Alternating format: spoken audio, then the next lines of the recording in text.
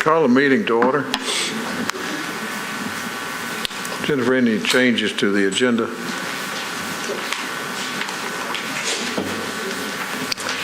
There are no changes to the agenda.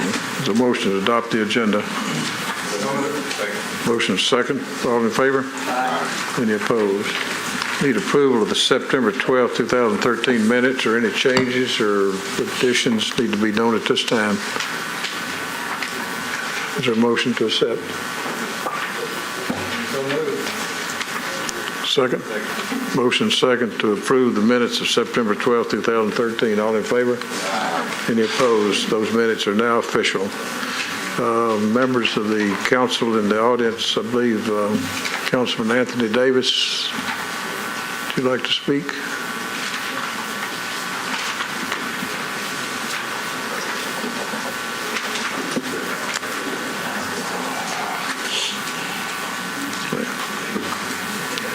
Thank you, Chairman. Appreciate it. Just wanted to speak on a couple projects I've got on the agenda.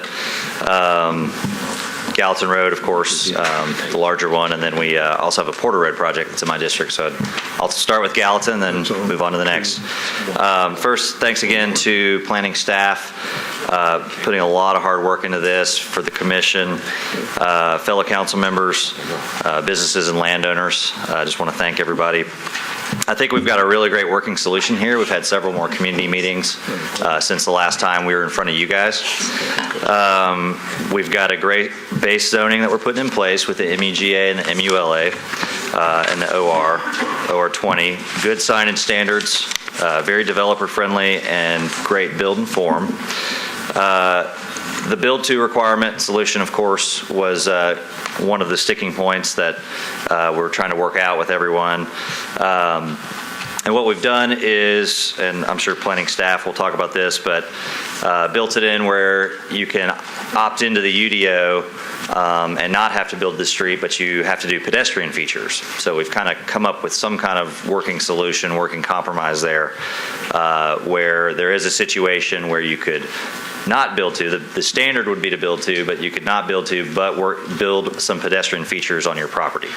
So I think we're all very in support of that. I think it's a good compromise to work out there, a good solution. And I guess you'll hear more on that later. Planning staff will probably explain it a lot better than I can. So, also, we still have the small business compromise if you have the smaller lots, those sort of things that we worked out early on in the process. 100% in support of this solution. I think the neighborhood was able to weigh in multiple times in these community meetings that we've had.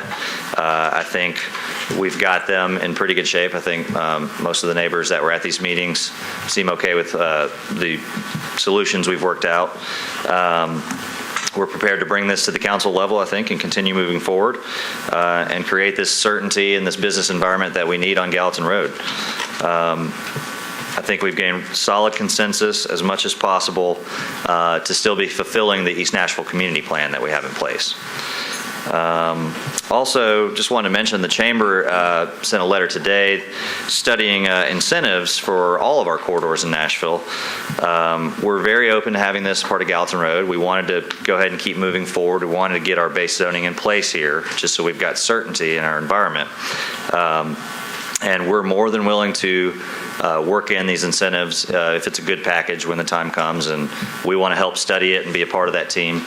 So just wanted to let everybody know we're all about that. I've talked to the mayor's ECD about that 2 years ago, so it's something I've wanted to do for all of our corridors for a long time now. So, but I think we can go ahead and move the base zoning forward, get this UDO in place, and then come back later with some incentives, and hopefully either we could be the pilot or another corridor could be the pilot, or we do it on all of them, whatever we all decide as far as incentives are concerned. So that's all I have on Gallatin Road.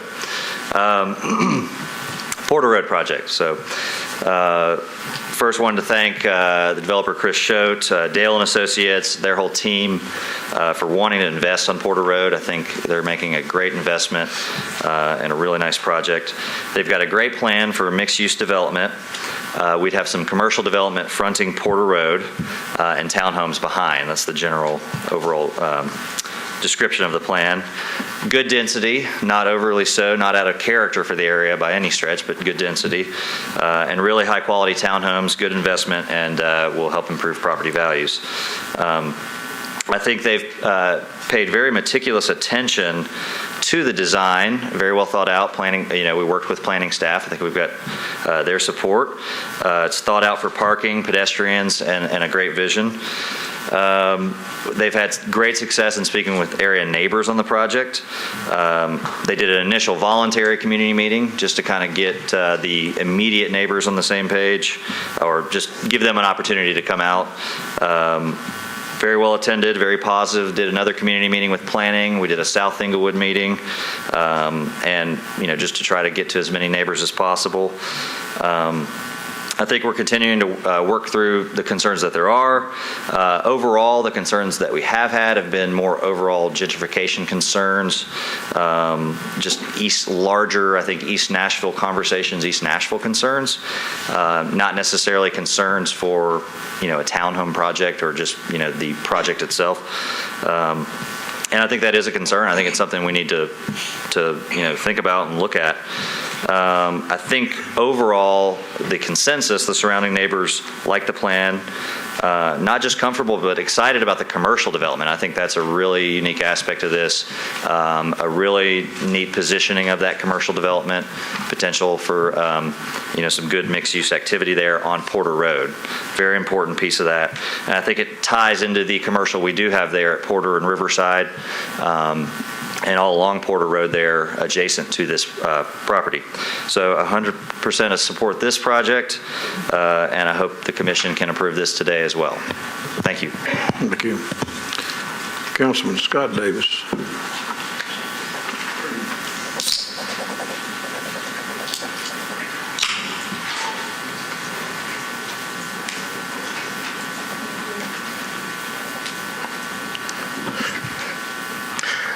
Members of this distinguished body, I just want to thank you for your volunteering to sit on this commission. I know it takes a lot of your time and energy. I just want to applaud you. I like to just tell you we've gone through a long process, but I support the current changes to the UDO. We had community meetings. This body listened to the business owners and listened to the community, and I thank you for that. The Planning Commission did an excellent job in listening and to the business owners and listening to the community, and I just applaud you 110%. But I would like to make one thing known. We need those incentives for the small businesses. We need those incentives to help grow development on Gallatin Road and also in other large corridors in this city. I am fully supported behind the Nashville Chamber in developing this. I've been talking to other cities and willing to work hard to make sure we have those proper incentives to make those great things happen on the Gallatin Road corridor. And I just want to thank you for your leadership, all of you on here. Congratulations, Chairman Hunt, Honorable Walter Hunt, for your new position as Planning Chair. You're going to be a great leader, and we look forward to working with you. And thank you for your guidance. More importantly, we're moving forward together. And once again, as always, East Nashville is very united behind this. So thank you for your time. However, though, I'd like to add one more thing, and it may seem a little strange. I don't normally go into another council member's district, but I was invited to a community meeting because of a developer who did a great project in my district on the corner of Chickamauga and Gallatin Road. Developer Chris Schote is coming forward today to present the Porter Road project. This weekend, working with that developer, we are redoing a home of an elderly widow in my district. And I just want to let the Planning Commission know that the developer practices what he preaches. He lives in our community in East Nashville, and he does what he's supposed to do. And he went to the Greenwood neighbors and several other community meetings before he went in front of the BZA board for this project that he did in my district. It's a very good-looking project. It fits in with the community, and it also has helped secure, local folks to work on this project. And the great thing about it, is that it's really going to fit in good with the community. I was at a community meeting earlier this week involving the project. Community members came out, were able to give their input. I was in one previously some months ago, or maybe a month ago, with this project. And the same thing is they wanted my opinion on, hey, this is going on in your district with this developer. Did he do what he said he was going to do? He did. And he followed directions, and he's been a great support to the community, not just my community, but all of East Nashville. And I just ask you for your support for the Porter Road project, and I do reserve the right to speak during that presentation if there is need. Thank you. Thank you. Council Lady Allen.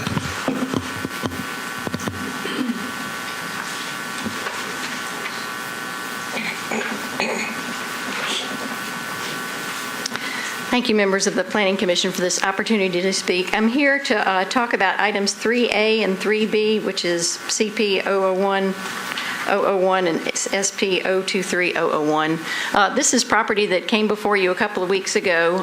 It's a change to the community plan that's been altered, as well as a specific plan for 19th Avenue in the Hillsborough Village area.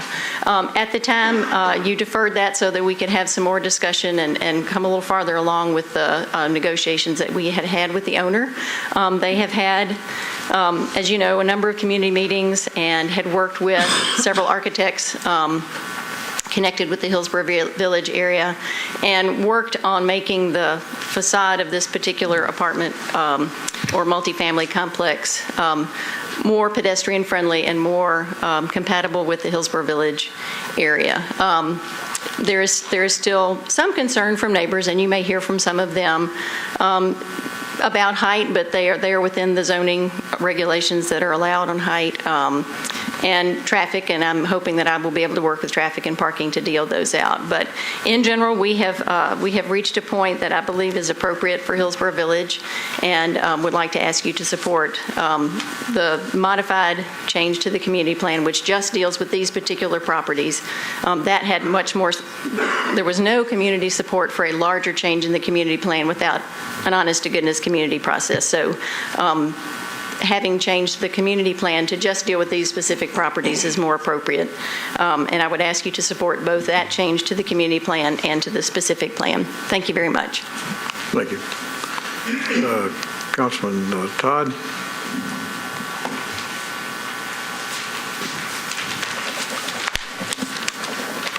Thank you, Commissioner McLean and members of the Planning Commission. I'm Councilmember Carter Todd. I represent the southern half of Green Hills, and I'm here today to speak about item number 6. The applicant here in this item number 6 is requesting to subdivide his R20 lot into 2 lots. And as you all know, in order to do this, you need 40,000 square feet. And an acre is 43,560 square feet. In 2 different places in your staff report, you'll see that the report says this is 0.91 acres.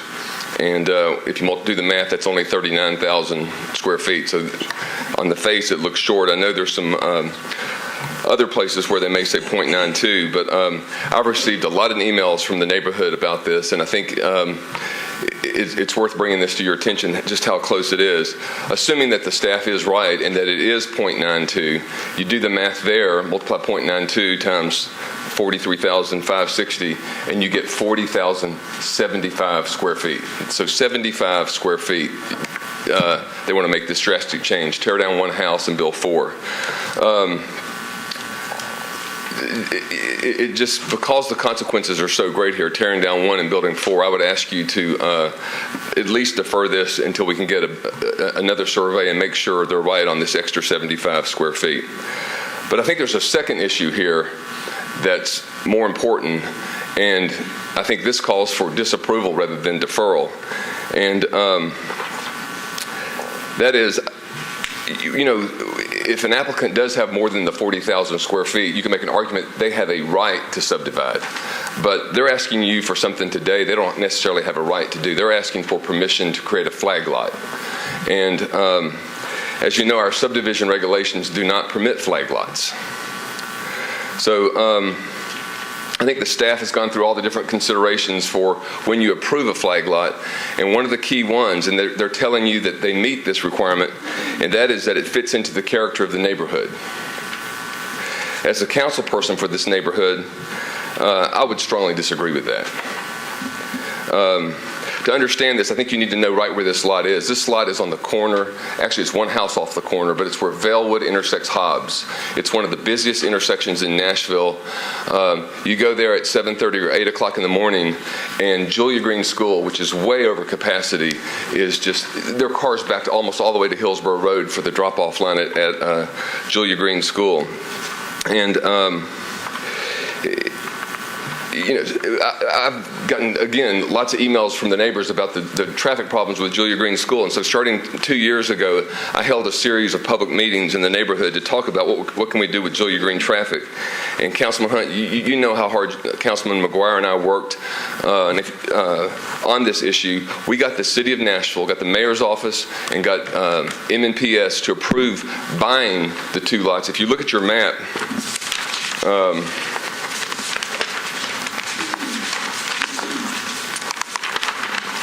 you'll see this is the property in question. This is Julia Green School. There were 2 houses right here. I spent 2 years trying to get the city of Nashville to buy these 2 houses, and finally they did. They tore those houses down, and just in the last year, they've torn those houses down and built an expanded drop-off lane for Julia Green School. And you're going to hear from some people who live on Hobbs and Vailwood today, and they're going to tell you that a year ago this was dangerous and horrible, and it's operating much better now because these houses are gone. But it makes no sense for the city to spend almost $1 million, tear down these 2 houses, and then we're going to tear down this house and stick 4 right back in here when we got little children walking to school and being dropped off. So you don't have to do this. You may have to subdivide, but you don't have to create a flag lot. And they'll tell you the flag lots are in character with the neighborhood. But since we've bought these houses and torn them down, there have been no flag lots approved on Hobbs Road since then. So what happened in the past before we spent all this money, I think is irrelevant. So, again, to summarize, I just don't think this fits into the character of the neighborhood. And I would ask you at a minimum to defer this until we can get a better survey. This 75, they make it by 75 feet. I would double check that. But I would tell you just to disapprove it. Thank you. Thank you. Any other council members in the audience that I've overlooked? Any items to be deferred, Jennifer? There's one item on the deferral agenda. It's item number 13, 2013 S 154001. The Bugle 3-lot subdivision, a request for final plat approval to create 3 lots on property located at 200 Haverford Avenue, zoned RS20. The staff recommendation is to defer this item to the October 10th, 2013 Planning Commission meeting. Okay. Been a request for item 13 to be deferred. Is there a motion? Motion second. All in favor? Okay. Any opposed? Motion carries. Items to be on consent. As information for our audience, if you are not satisfied with the decision made by the Planning Commission today, you may appeal the decision by petitioning for a writ of cert with the Davidson County Chancery or Circuit Court. Your appeal must be filed within 60 days of the date of entry of the Planning Commission's decision. To ensure that your appeal is filed in a timely manner and that all procedural requirements have been met, please be advised that you should contact independent legal counsel. For the items on consent, a notice to the public. Items on the consent agenda will be voted on at a single time. No individual public hearing will be held, nor will the commission debate these items unless a member of the audience or the commission requests that the item be removed from the consent agenda.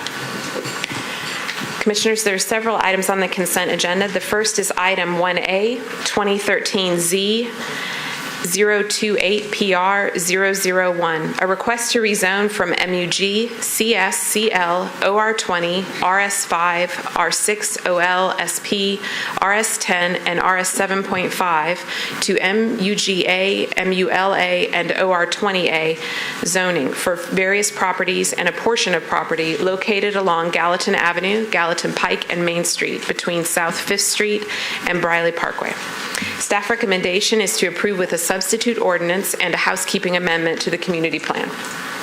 Item 1B, 2013 UD 003001, a request to apply the Gallatin Pike Urban Design Overlay District to various properties and a portion of property located along Gallatin Avenue, Gallatin Pike, and Main Street, between South 5th Street and Briley Parkway. Staff recommendation is to approve with a substitute ordinance. Item 4, 2013 Z-012TX-001, adjustments to the Build 2 zone requirements. A request to amend the zoning code pertaining to adjustments to the Build 2 zone requirements, rear setbacks, and landscape buffers. Staff recommendation is to approve.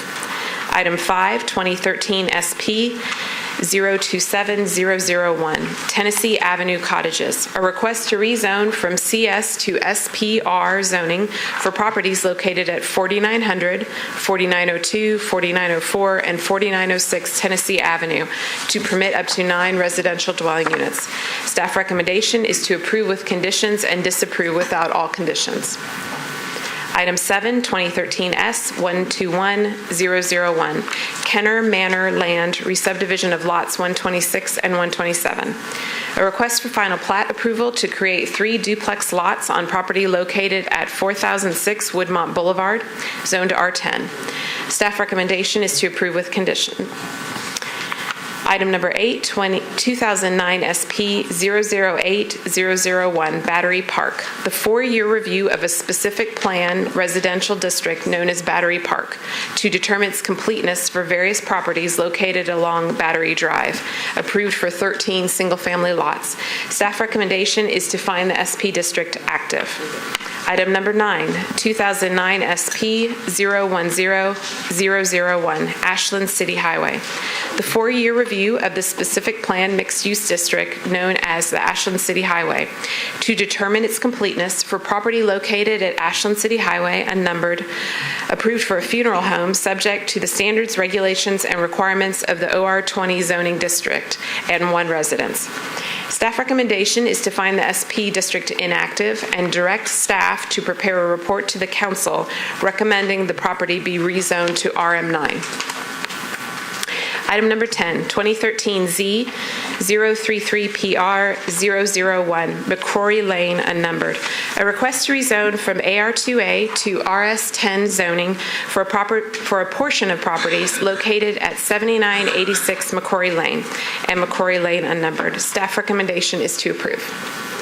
Item 11, 2013 NHC 002001, the Eastwood Neighborhood Conservation Overlay District. A request to apply the provisions of the Eastwood Neighborhood Conservation Overlay District to various properties located along Eastland Avenue and Scott Avenue. Staff recommendation is to approve. Item 12, 2013 S156001, Lakeshore Drive Subdivision Concept Plan. A request for concept plan approval to create 6 lots on property located at 3224 Lakeshore Drive, zoned RS20. Staff recommendation is to approve with conditions. Item 14A, 2001 UD 002003, Music Row UDO, final for 1515 Demumbrian. A request for final site plan approval for a portion of the Music Row Urban Design Overlay District for property located at 1515 Demumbrian Street, zoned CF and located within the Arts Center Redevelopment District, to permit a 16-story mixed-use building containing 421 multifamily units. Staff recommendation is to approve with conditions. Item 14B, 2001 UD 002004, Music Row UDO, major modification for the property at 1515 Demumbrian. A request for a modification to the Music Row Urban Design Overlay District standards for property located at 1515 Demumbrian Street, Zone CF, and located within the Arts Center Redevelopment District to permit a building height of over the 150 feet maximum and to reduce the street wall frontage from the required 100% along Division Street. Staff recommendation is to approve with conditions. Under other business, item 15, the 2014 Planning Commission filing deadlines and meeting schedule. Item 16, the appointment of Kim Totsky to the Hillsborough Village Urban Design Overlay Advisory Committee. And item 17, employee contract renewal for Joni Priest. Okay, there's been a request for items 1A and B, item 4, 5, 7, 8, 9, 10, 11, 12, 14A, 14B, 15, 16, 17 to be on consent. Is there a motion? Mr. Chairman, just for the record, I need to note that on items 1A and 1B, Commissioners Dalton and Ponder and Councilman Hunt have reported that they did review the prior record on that. Got a motion. Was there a second? Motion second to approve these on consent. All in favor? Aye. Any opposed? The motion carries. The items that will be heard today on public hearing will be items 2A, 2B, 3A, 3B, and item 6. I'm going to ask the Vice Chairman to chair that if he would.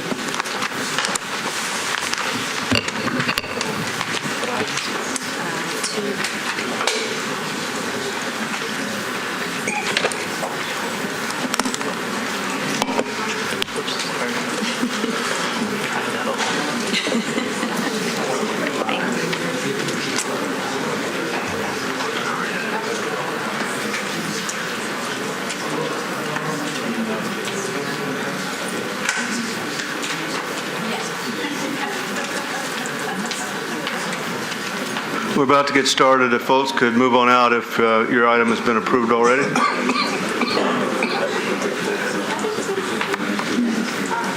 We're ready for staff report on 2A. All right. Tiffany Capehart, I'm presenting item 2A, case 2013 CP 005002. It's the East Nashville Community Plan Amendment. The request is to amend the land use policy from neighborhood general and residential low medium to neighborhood center, and the request amendment area are the properties outlined in red. And the staff recommendation is to approve. The existing policies applied in the area currently are neighborhood general, which is the showing up here is kind of the brown policy applied. There's also a residential low-medium policy applied in the area, as well as 2 applications of neighborhood center. The neighborhood general policy allows for a mixture of housing types. In exchange for a mixture of housing types, the policy does encourage that housing be carefully arranged and placed on a site with regard to design. The residential low-medium policy encourages single-family development at a density range of 2 to 4 dwelling units per acre. It does encourage a mixture of housing types outside of single-family, determined by site design and context and like that. With regard to some of the characteristics of the study area, this area does include single-family institutional uses. There are 2 churches in the area. The church here is the Family Affairs Ministries Church, and then the church located here at Riverside in Cahal, is Riverside Church of Christ. The majority of the property in the area is accessed by individual driveways from the street, and there's no existing alley system in the plan amendment area.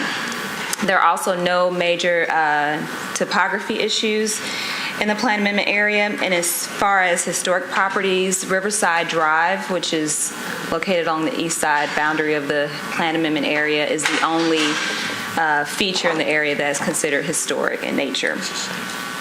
So currently, neighborhood center policy is applied to 2 intersections, one at Porter Avenue and Branch, which is here. And what's existing there today is a Family Dollar, commercial business, and a gas station. Neighborhood center policy is also applied at Riverside Drive and Cahal, and the most notable business there right now is the Pied Piper. The primary character of development in the area is primarily urban with regard to the residential lots. The commercial in the area, however, is more suburban in nature, meaning that it has parking in the front and deeper setbacks, but the area is primarily urban. The proposed amendment would create the proposed application of neighborhood center policy outlined here in black would create a more cohesive neighborhood center. The neighborhood center policy encourages the creation of a walkable center. It provides an opportunity to place neighborhood-scaled uses within walking distance of homes. The neighborhood center would also encourage the continuation of urban design principles through that policy application, so pedestrian-friendly elements, including sidewalks and street trees, buildings located closer to the street.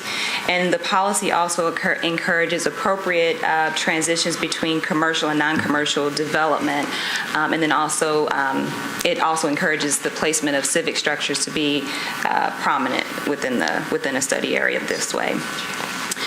The critical planning goals that the application of this policy meets includes creation of a walkable neighborhoods. Again, the neighborhood center policy encourages a mixture of land uses, including residential. And so providing walkable neighborhoods with the pedestrian-friendly elements encouraged, supports a variety of transportation choices, primarily with the addition of making an area more pedestrian-friendly. People can now walk to neighborhood services. Provides a range of housing choices. Neighborhood center also encourages multiple housing options, and so you're allowing housing where folks can age in place within a location, and then also a variety of housing that can help support growing marketplaces, and supports infill development. A lot of the walkable components of a neighborhood center are encouraged through infill development, and so the neighborhood center policy encourages good transitions between new development and existing development. And finally, again, staff recommendation is to approve. Thank you. Do commissioners have any questions for staff? Clarifying questions before we open the public hearing? We're going to do the rezoning here, the rezoning presentation. Okay, we're going to do... Can I just ask a quick question about the outline? Oh, no, never mind. I'll wait. Sorry. So we're going to go on now We'll have staff presentation. into the staff presentation on the number 2B.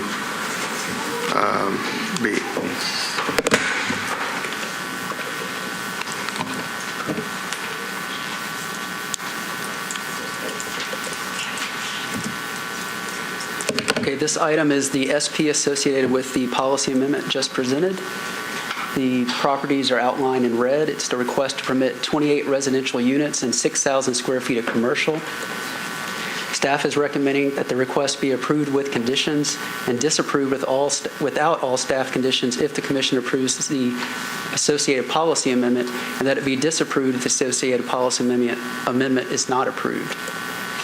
The existing zoning is single and two-family residential R6. This would permit a max 11 single-family lots and 3 two-family lots for a maximum of 17 units. This is the site plan. It calls for the commercial area will be located in mixed-use buildings located along Porter Avenue. It will also provide for 6 residential lofts on the upper floors. The setbacks along Porter are shallow, and it also includes sidewalks and street trees. The remaining 22 units are located behind the commercial buildings and are attached townhomes. Primary access will be from Porter Avenue, and it will also provide for future connections to the south and to the east. As Tiffany explained earlier, this request is not consistent with the existing policy because of the commercial uses along Porter. It would be consistent with the proposed neighborhood center policy. Tiffany also pointed out the critical planning goals earlier, and this request does support those critical planning goals that were outlined earlier. And in conclusion, staff is recommending approval with conditions and disapproval without all conditions if the commission approves the policy amendment, and that you disapprove it if the policy amendment is not approved. Thank you. Does staff have any questions for the commissioners have any questions for the staff before we open the public hearing? Commissioner Ponder? I have one quick question. It looks like a great plan to me, but I was just wondering, curiosity-wise, why did you not go north of Cahal to include it in with this? Yeah. I'm going to scoot back to the...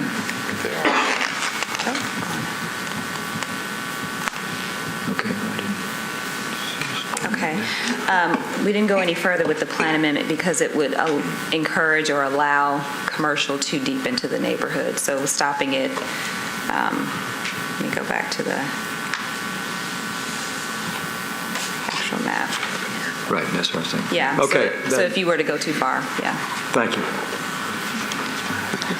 Okay, this public hearing is now open, and the applicant will have 10 minutes to present their case.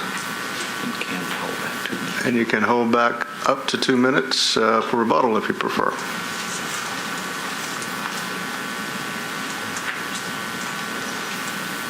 Just wanted to speak one more time, in case I need to speak later, but again, reiterate support and let the applicant present his case here, and hope we can approve it. Thank you. Thanks. Thank you so much for your service. I never dreamed that 18 months ago when I purchased this little duplex over here 1,000 feet from my house, that all the neighbors would start coming together and saying, well, we have this land next door, and the church said, yeah, we'll sell this, and somebody else says, well, what about my backyard? I never use it. And then this development comes together. And the councilman walks in and says, I'd love to see a Portland Brew coffee house type structure right here. And all of a sudden, it's just evolved. And not only that, but the planning department has been so helpful. So many of the ideas are theirs, from the balconies to the wraparound porches to the big backyards the backyards we're trying to put in every unit. So, and then the neighbors coming in and just constantly saying, don't overbuild our neighborhood. So the neighbors encouraged us to go smaller. And we constantly just said, okay, we can go smaller. Okay, we can go smaller. How can we get this under a price point?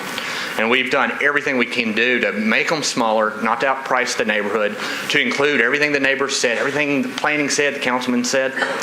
So I ask you to please pass this today. I forgot to ask you to state your name and address for the record. My name is Chris Schote. Address. 1824 Tammany Drive. Thank you. Thank you, Mr. Chairman, members of the commission and staff. I'm Roy Dale. I reside at 1657 Stokely Lane in Old Hickory. I'm with Dell & Associates, an engineering firm here in Nashville. I'm really excited about these projects that we've been doing lately. This one's a very prime example of what you're seeing happening within the city.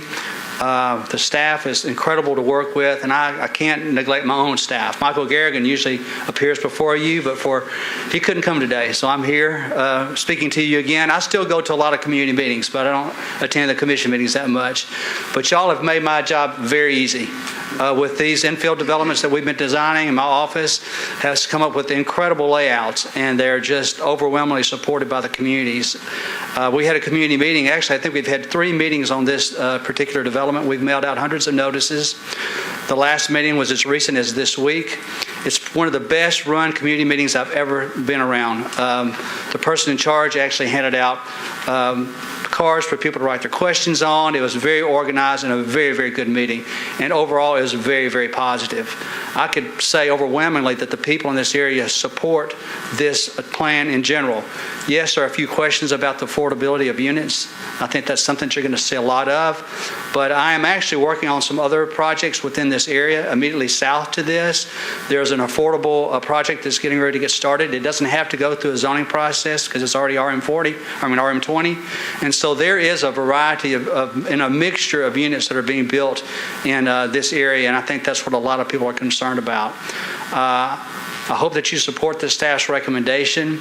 This particular development is a very cohesive element to, I know you had 2 policies that were somewhat separated. This is pulling it all together. It's creating a walkable community, a cohesive community, and I can see nothing but positives from it. And so, again, I'll be here to answer any questions if any come up, and I appreciate your help, and hopefully you'll support the staff on this proposal. Thank you. Thank you. Are there any other persons here to speak in favor of this proposed project? Good afternoon, Commissioners. My name is Brett Withers. I live at 1113 Granada Avenue, which is not too far from here in the East Nashville community. I would just like to speak to you as a neighbor in East Nashville, pardon me, who utilizes the bikeway along Porter Road quite a bit. I'm an avid bicyclist. And one thing I think about this parcel that really excites me is that it puts commercial space right on the street. Sometimes if we're in homes that are along the street, you may be in the back of your house. It's kind of hard to say where you may be. But I'm a firm believer in our Neighborhood Watch program that having eyes on the street increases safety for everyone. And quite frankly, we have had some safety concerns on Porter Road over the past few years. So what I think is really exciting about this project is that it puts commercial on the street that will be sort of a gathering place. You'll have people there quite a bit during the day. And it will help to fill in what is sort of a little bit of a blank stretch on that street. Across the street is an apartment complex that is actually chained off. So there's not a whole lot of interaction right in that particular spot. So I really like that. And one other thing I like about the proposal is that the units are pretty affordable and quite a bit smaller than a lot of the other things that we're seeing in East Nashville. We have a lot of houses that are being kind of torn down and replaced by 2,400 square foot houses that cost about $300,000. These are quite a bit smaller and I think fill a need for the kind of smaller and more affordable units for a more diverse populace in East Nashville. Thank you. Anyone else in support? We need folks to line up behind the speaker if you want to speak, just so we can save time. So anyone else, go ahead and line up now if you're in favor of this and wish to speak. Okay. My name's Hollis Inman. I live at 7905 Meadowview Drive.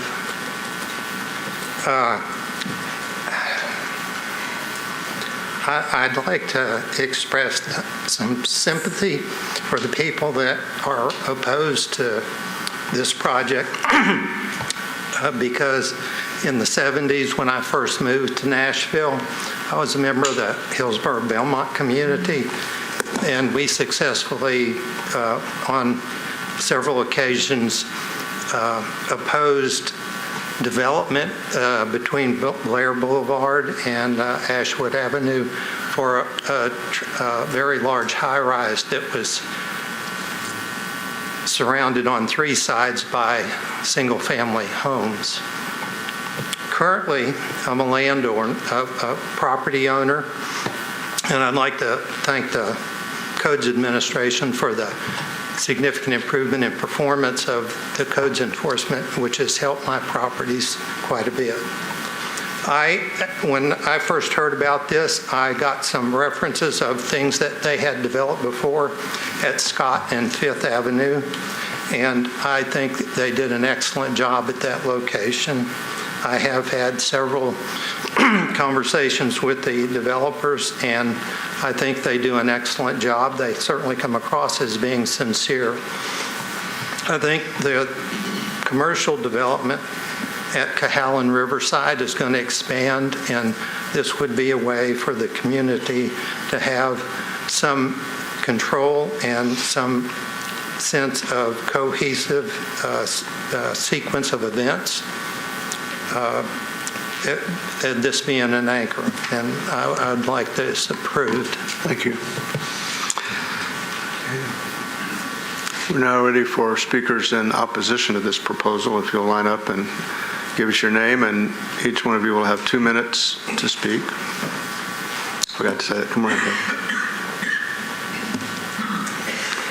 Good afternoon. How are you?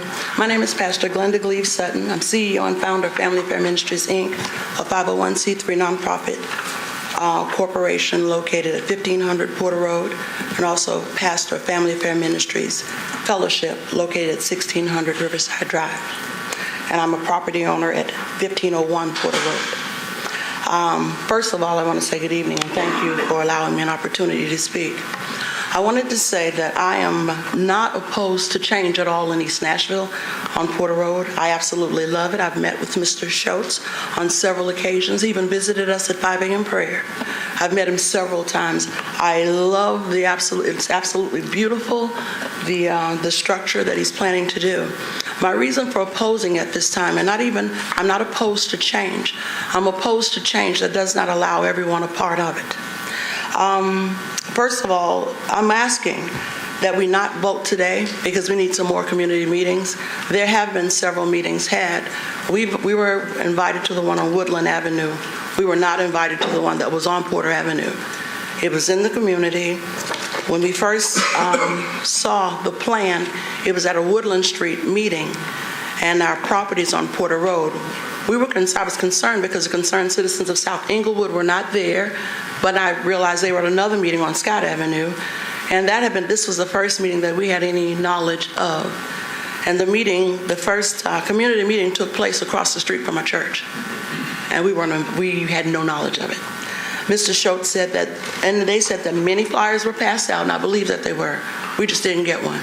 I asked, why didn't someone come to our door? Our family center, we have a family center at Berkshire Place Apartments, which is right across the street.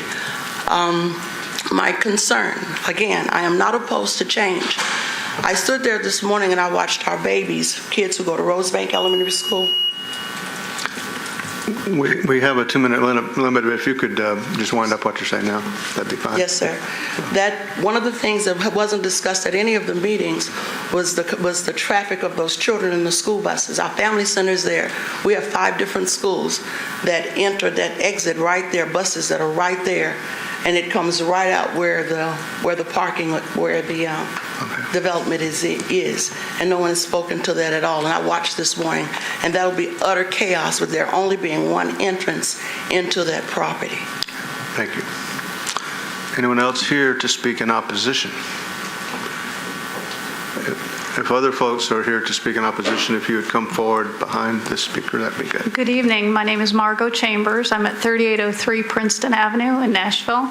I'm here to speak in opposition to this because these are themes I've heard a lot. When you guys upzoned the area, there's a lot of density here.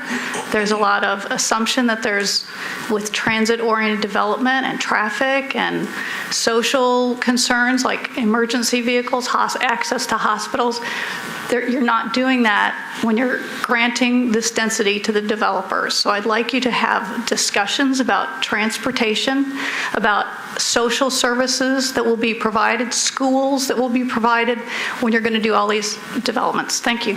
Thank you. All right. Oops. Hello, my name is Thomas McKenzie. I'm the pastor of Church the Redeemer in Nashville, near Lipscomb. I've had a relationship with Family Affair Ministries and with Pastor Glenda Sutton for quite some time. I just want to rise to let you all know that I attended a community meeting that Pastor Glenda, who you heard speak, called about this development. And I want you all to know that the folks who were there who live in the neighborhood had no knowledge of this plan until she called the meeting. So regardless of how many flyers went out or how many community meetings have taken place, the folks who live in this community had not been fully apprised of what's going on. At least that's what I witnessed at the meetings I attended. So I'd also suggest that you all defer and have more chances for community meetings, so that the entirety of the neighborhood might have a conversation about this. Thank you. Thank you.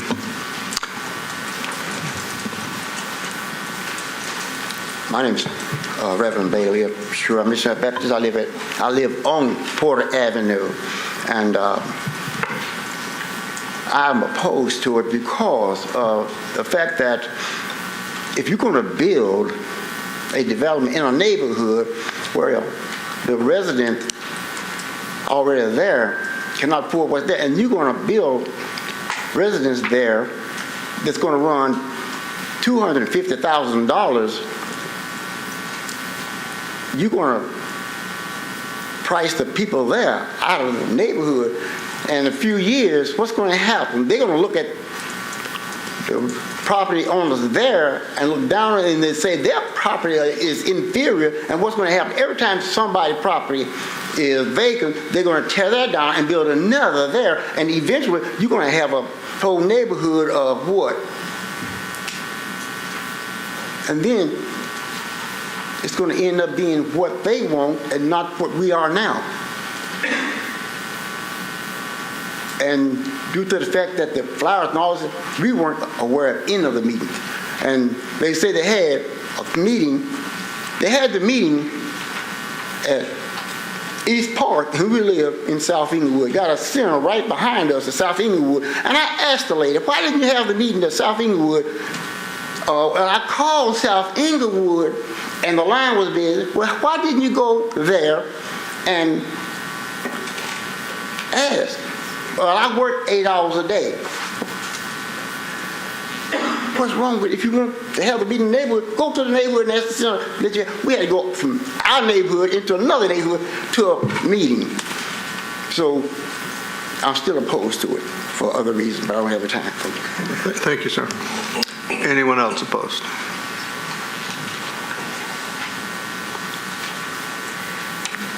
Hi, y'all. I'm Laura McKenzie. I've also been affiliated with Family Affair Ministries for about 9 years. I have to say, Councilman Davis, that he is... I'm sorry, I forget. I'm supposed to be asking for addresses as well. Oh, sorry. 4828 Briarwood Drive in Nashville. I don't live in the community. However, I know Councilman Davis was wrong when he said the entire community is behind this effort. In my knowledge, so many of the people who would be actually affected by this have no knowledge of what is going on, and you've heard that. I think if the entire community gets together and decides that this is what they want to do, we live in America, it's a democracy, but you really have not heard from people who will be priced out of their neighborhood. The beautiful thing about Family Affair Ministries is it's about lives changing and hope and transformation within a community in the name of Jesus. And if you take that away and displace people to different areas, you're killing more than just the neighborhood. You're killing the spirit that's there. And it's shameful that the councilman has not represented that he knows people are opposed to this. His office has been called a number of times, and he just had his developer call the people back. It's not right. And as a white person, I don't feel that it's appropriate to displace people who are economically disadvantaged, most of them black, if not all. It's wrong. Y'all need to consider this further and listen to what is really going to happen here. It's not all white gentrification and everything's good.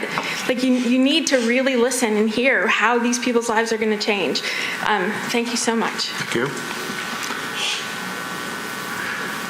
Public hearings. We have 2-minute rebuttal time. I think we had 2 minutes at the end of the proponent. So if the proponent wishes to take up to 2 minutes, they can.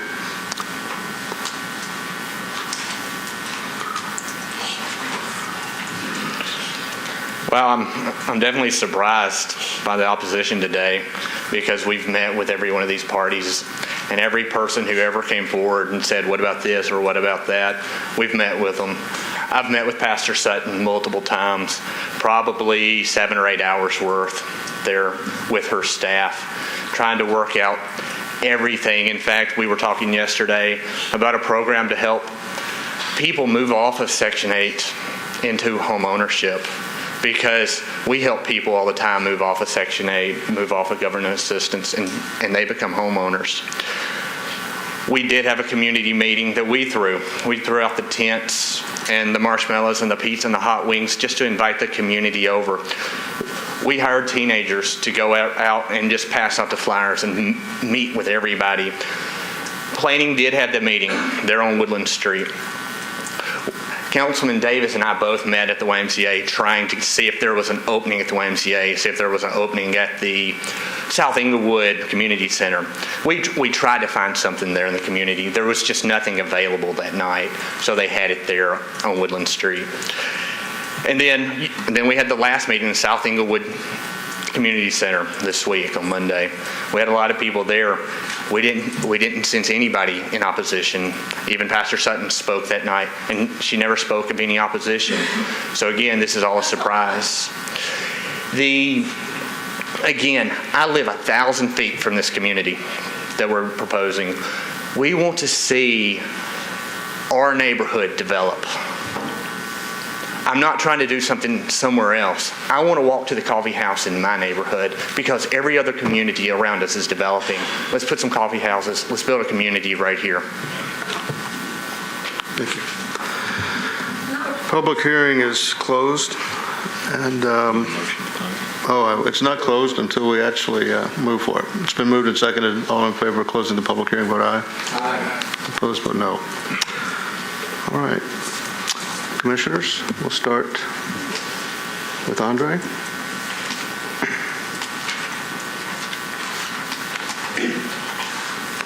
Well, we're talking about two things. One is an overall change in a neighborhood policy. and we're talking about unifying commercial areas to strengthen them and the ability for the neighborhood to grow in its residential components, dimensions, and its commercial dimensions. So I think that's the first thing that we're thinking of as far as the planning question. I don't know if we want to discuss them separately, or are we going to vote on them separately or together? We'll be voting on them separately. I don't know if we have to discuss them separately or together. Does that matter to you? We can discuss them together and vote separately. Okay. Well, I think the concept of that is valuable. It makes sense what the staff has proposed. I had just one small question, which is just the parcel. I couldn't tell the parcel that it's described as taking a piece of a landlocked parcel, but I couldn't tell if it were in the new plan or not. It looks like it's outside the outline of the proposed overlay. Proposed commercial Go back and neighborhood center. It's do you have this? I think it's a part of 250 there, Jason. It's yeah, the back back triangle. It's the right here. It's actually the rectangle right below that. It looks like the neighborhood center outline goes around it. Is that parcel, that bottom right rectangle or trapezoid, I guess, in the neighborhood center zoning policy? I think it is. I know a little portion of it's not, but that's where the residential is. So I'm talking about the backside of lot 270. Isn't that part of the development? The western half of 270 is part of the development. It is. Does it need to be in the neighborhood center or not? Residential. No, it's because it's already residential. So it would be Okay. consistent with the neighborhood. That was my question. So that is consistent already with it. So that doesn't have to be changed. It's a small technicality, but I just want to be sure I understood. Thank you. I guess I defer to my fellows about the tension that, these are the sorts of things that we like neighborhoods to come together on when we're changing a whole big policy. And if there's truly tension, what's the timing? Is there a bill? Could we spend some time to have people come together? They might all be for it. I sort of want to see what everybody feels like. In general, I think as a concept and a planning tool, it's the overall change to neighborhood center is a good idea, is my first reaction. So I'd like to hear what everybody else says. Yes, after reviewing this and hearing the information from both sides, the first and foremost, I'm not necessarily against this project and making this change. I do believe in walkable neighborhoods, and I definitely believe in infill development, and I do hear the concerns of the people who are against it. And to echo what Andre said, I would be interested in learning if the individuals felt as though they have not been heard. What is the next step? Is there a bill that goes before the council, or once we make a decision here, is that it in the grand scheme of things? This requires a council bill. The rezoning does. Okay. So in other words, even if it does pass today, they have an opportunity to go before the full council to voice their opposition and make it known to others, that the members of the council, the policymakers, that they have concerns about this project, and to be able to share with them why it should not go through based on their opinions. If I understand everything correctly, Rick. No, that's correct. I think the issue that's been expressed is not particularly about the project. It's about the area changing and the character of the area changing, and that's a much broader issue that we've got throughout all the inner city neighborhoods, is the fact that they are changing in character. Mm-hmm. Okay.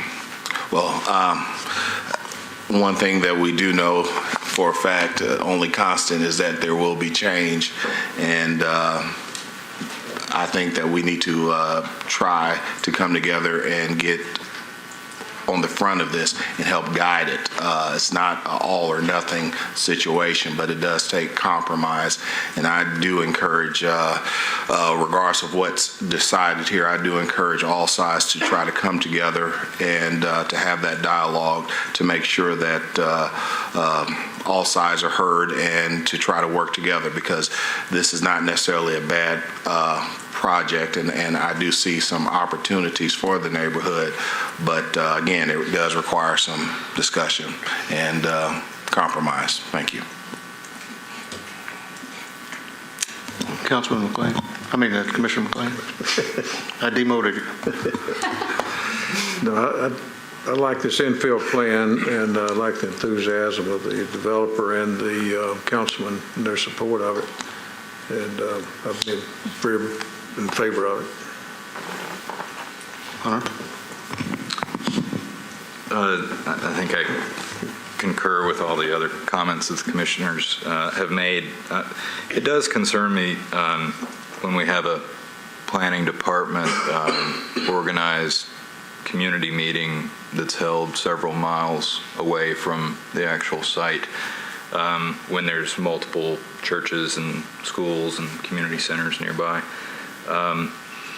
So has a bill been passed or a bill been filed? No. So a deferral to give an opportunity for the community to meet with the developer and the council member wouldn't necessarily set the project back on its schedule. Is that correct? In terms of the council? You had to ask the councilman. I mean, there hadn't been a bill filed, so. Okay. And then I guess just for clarification, I mean, it sounds like the developer has addressed some of the concerns related to affordability and size of units that are a concern of the neighborhood, but it's been a while since we've talked about this, but I'd like to ask our legal counsel, is price point something that this commission should or could consider? No, price point and tenure of the development is not something that should be considered by this board, given fair housing considerations. Okay, thank you. Well, I'm very excited about this. I think it's a true sign of progress.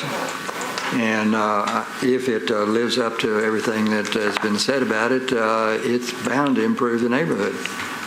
And by the way, when I was councilman, many times I had public hearings after the action of the commission, and that's not to preclude this situation from having another community meeting before you have the council discussion. That's very, very, in fact, I'd encourage that. So I'm in favor of this. I think it's good to go on record for this commission to say whether they like it or not, and therefore councilman developer can use that in their presentation in the future. Thank you. Councilman Hunt. Thank you. You know, I listened to this plan with interest, and I really believe that it's important that we make our inner cities as strong and as positive and improve it in every chance we get. But I'm also encouraged to see these kind of projects developed. But I have this setback in my mind where when I hear people saying that I didn't hear about it, and we hear it pretty often, there's no way of knowing whether or not one body got the information, another body has not gotten the information. And that's a sticking point for me. And not so much the project, because the project seems to be a good, solid project. But I'm still having this problem where we don't have any record of who's at a meeting, who said what. It's all hearsay.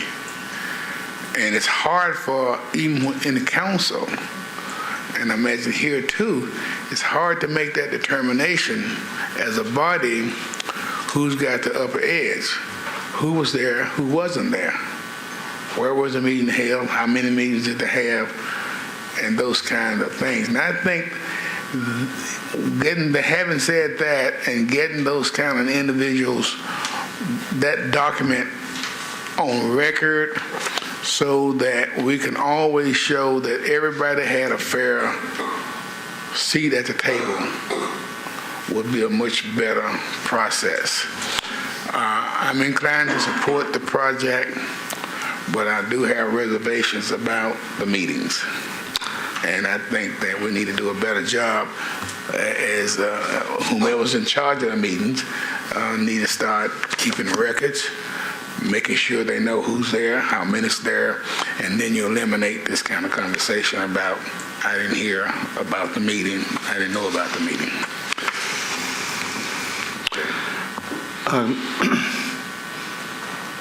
Rick, do we have a policy about planning commission instituted meetings regarding any notes or anything like that? Well, we've got a record of how many attended, and we have a record of who we noticed. Yeah. And who you sent notices to. Right. So we can tell you who got notices or who was mailed notices. I can't tell you who opened them. Okay. I wanted to kind of read part of the summary of the staff analysis on this, which basically says this, that in terms of the policy issue, this neighborhood policy center would also encourage the continuation of neighborhood center urban design principles, pedestrian-friendly elements such as sidewalks, street trees, buildings located near the street, appropriate transitions between commercial and non-commercial development, and prominently placed civic and institutional structures. That's what we want for urban neighborhoods, and it's very hard to argue with this from a planning perspective, except in the macro sense, because we have been dealing with a problem that is not this developers or this neighborhoods or this council members alone. We do not have planning tools in this city to allow us to prevent or apparently even slow down gentrification, which puts people without resources out of our county or else out of the center of our county.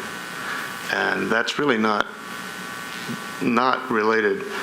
I mean, it's a long series of years now where we've agonized over this, and yet we still don't have tools for it. Mr. Dale suggested that there are some, in this area, some upcoming affordable housing under some definition.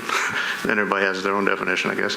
So that may be helpful, but I just would like to use this case as an opportunity to say we've got to develop appropriate standards so that we can encourage mixed use, not just in terms of the kinds of use, but in terms of affordability issues, and otherwise we're relegating folks who very much enjoy their neighborhoods into other neighborhoods, as we heard from today. So that's kind of what I see as the underlying problem here, not the specifics of this proposal, but it's a good clarion call to us that other communities have come up with planning tools and statutes that allowed some way to do this. So I hope we can focus on that a great deal more than we have. Stuart, other comments that people have before we vote? Well, just on that note, I mean, I think the planning department with other city departments are discussing lots of opportunities and searching for solutions to deal with this issue, because we want a mixed economically based community. We want people who can get all different kinds of jobs to live here. And there are lots of, through Nashville Next, which is a community input sessions after session after session, there are people getting ideas from everybody in the city to try and wrangle with these problems. And just because it's on our list of things to consider tonight, the Chamber of Commerce is creating incentives and looking for ways to make the small businesses along Gallatin Pike have opportunities to comply with what we're wishing for in our design and our future. One of the things that I think has been raised and talked about but could continue to be discussed is incentives for developers to create mixed sizes, even within, I mean, this is a project that has a lot of smaller sizes where a lot of people are building big houses, and this one is building smaller houses. But if there are incentives at some point for a number of units over X number, a certain percentage of them could be set aside for more affordability than what even the developer is planning. And we do that when we have TIF funding. We can create an incentive for a developer to make a percentage of the units be less expensive than the ones that their market is what they're striving for. So there are tools that we're working on and have been looking at and have been discussed widely, and are also looking for lots of community input to get new ideas that we had, the city hadn't thought of yet. So I don't think this is a conversation that's not being had. I think it is being had citywide, and we're all very keenly interested in it. And just recently we were talking about more opportunities for scattered site housing that is for low income. The city reclaiming sites that they can use to be developed for low income that spreads things around so that people can live next to each other of different incomes. And that's very valuable for the strength of our city. So I don't want this to become a negative sense that we're not doing it, because we're trying, even though this particular development may not have all of those answers. I think it raises good questions, and I just want to encourage people that these questions are being discussed and solutions are being sought. And that if the neighbors can come together with the council person, even after this meeting, regardless of the outcome, to keep talking and have faith that you're all in the same community and that you're trying for the same things, I think you'll find a common ground. I hope so. Thank you. I've been part of those discussions too, and there are promising ideas. This councilman who spoke on this issue is one of the main proponents of this too, has been for a long time. We just haven't seen them put into law or practice, and I can understand people getting a little nervous and tired of having their communities become gentrified. This project, I think, has less of that because of the size elements than most we see. Other comments, or do we would you like a motion? I move approval of the substitute ordinance and the housekeeping amendment to the community plan. I think we need separate motions a separate motion on these. A motion on the well, that's exactly how it's worded on this. Is that just the? Am I on the wrong one? I'm on the wrong one. Maybe you did give it on this one. Let me start over. I move approval of 2A.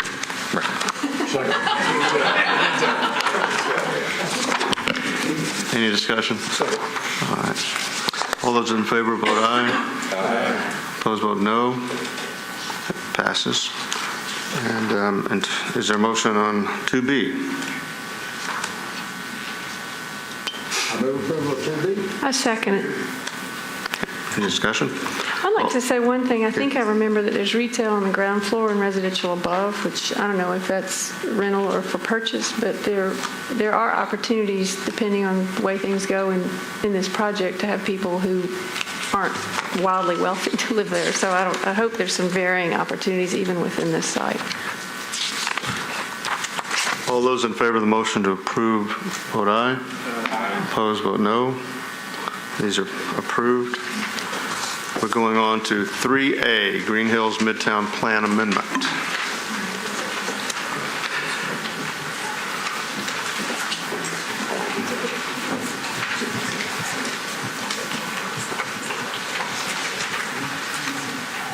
Will you be discussing 3A and 3B separately? I think we will. We'll take the public hearing. But we will have the public hearing at the same time, but we'll vote separately and hear presentations separately. Hi. Hi. I'm Catherine Withers. I'll be presenting item 3A, which is an amendment to the Green Hills Midtown Community Plan. And as mentioned, there is an associated SP case that will be presented after this. So this case was on your agenda July 25th. It's a request to change the current policy of the site from Neighborhood General to T4 Urban Neighborhood Evolving. The area that's outlined in red is what was before you on July 25th. Currently, the request is only what's outlined in yellow. The two parcels and that request has been changed at the request of the applicant and the community. Staff is recommending approval of this request. The current policy is Neighborhood General, which is a residential policy that supports a mix of housing types in a neighborhood environment. Neighborhood general is one of our older policies, community plan policies from the land use policy application document. And the policies in this document are being phased out through community plan amendments and updates and replaced with the newer community character manual policies. So the neighborhood general policy supports a mixture of housing types in a neighborhood environment, and development patterns may vary in different neighborhoods, but overall they stay at or below 20 housing units per acre. And this policy has been applied to areas that already have that type of residential development pattern or where there was a desire to have it. The zoning in the area is RM40, multifamily, 40 units per acre, which is higher than what the neighborhood general policy supports. So that's what the area is currently zoned. And it's all that area that's in the purple, the lighter purple. The proposed policy is T4 Urban Neighborhood Evolving, which, like Neighborhood General, is a residential policy, but it's one of our newer policies. So it supports a variety of housing types as well, but at a higher intensity than what the Neighborhood General policy supported, and especially in locations that have good access to a variety of transportation options, existing infrastructure, and bike, pedestrian, and vehicle connectivity. So this is a good location for the T4 Urban Neighborhood Evolving because it's within the 440 loop. It's close to major urban streets. It's less than a quarter mile from 21st Avenue South and Hillsborough Village. It's located between two major universities, and it's adjacent to a regional medical center. It's also located on transit lines. The University Connector Route runs along Wedgwood, and then Route 7 is on Hillsborough Road. And the amendment area and the larger neighborhood have complete sidewalk networks. They're developed at a walkable scale. They contain a variety of housing, and they're built at an urban scale and intensity that is consistent with the proposed policy. So staff is recommending approval.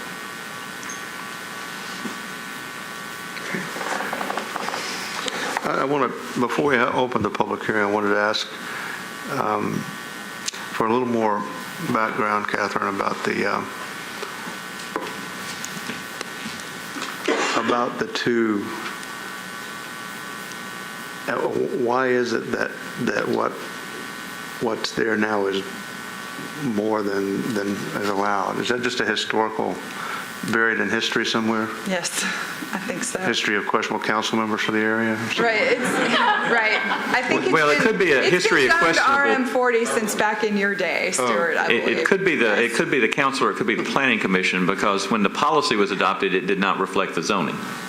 That's right. The policy is newer than the zoning, but it's still a few years old.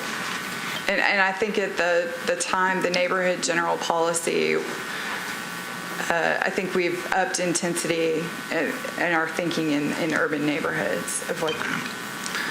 To be consistent, just from a policy perspective, to be consistent, either the zoning would need to be amended to correspond to the current policy, or the policy needs to be amended to correspond to the existing zoning. And so that's what, I mean, this, regardless of what happens on the rezoning, something still needs to happen to even up the current situation. So, and I think Jason's going to present the rezoning. All right. Before we open the public hearing, let's hear the second part of this. Okay, item 3B is the SP associated with the policy amendment. The request is to permit 36 multifamily units. Staff is recommending that the request be approved with conditions and disapproved without all conditions if the associated policy is approved, and that it be disapproved if the associated policy is disapproved. This is the previous plan. It was for 36 units. As Catherine said, this was presented at the July 25th Planning Commission meeting. The Commission did keep the public hearing open. Staff did not support the request because it did not provide an active street frontage that is supported by the proposed policy. This is the current plan. It also calls for 36 units.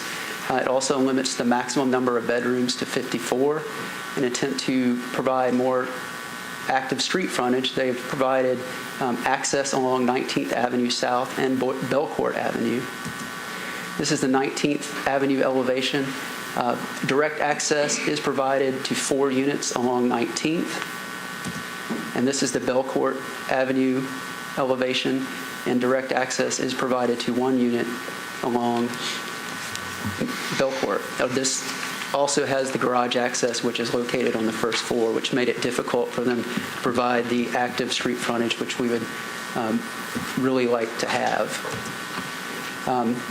As proposed, staff does find that this request is consistent with the policy. It provides an appropriate density at an appropriate location, and it provides for some street activity.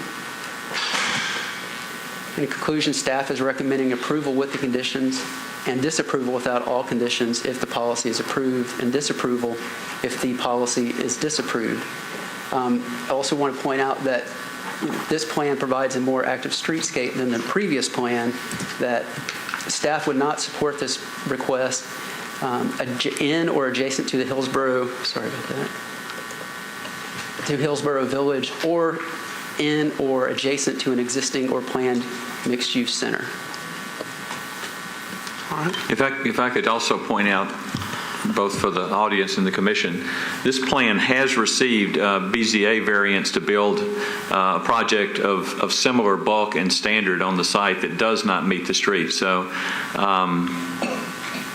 basically, the issue, the bulk of the building is going to be there. It's down to exactly how the street is treated and whether or not you have a number of large 3- and 4-bedroom units, or you have more units that are smaller in terms of units. So I want the commission to be aware of that, and the public to be aware of that. It's not just turning this down because something else has already been approved that they can build a permit on and are willing to build right now. Also, because this is a new project and because you left the public hearing open, you need to close the previous public hearing. This case has been re-advertised fully, notice has been sent fully, and you need to, after you close that hearing, you just need to reopen it as a hearing of this case, which was advertised for today. All right. There's a motion to close the previous public hearing. Second. All those in favor vote aye. Aye. Opposed, vote no. Okay, so this case is now open for this public hearing as advertised. The applicant will have up to 10 minutes to present their explanation of the case, and is allowed to reserve 2 minutes of that for rebuttal.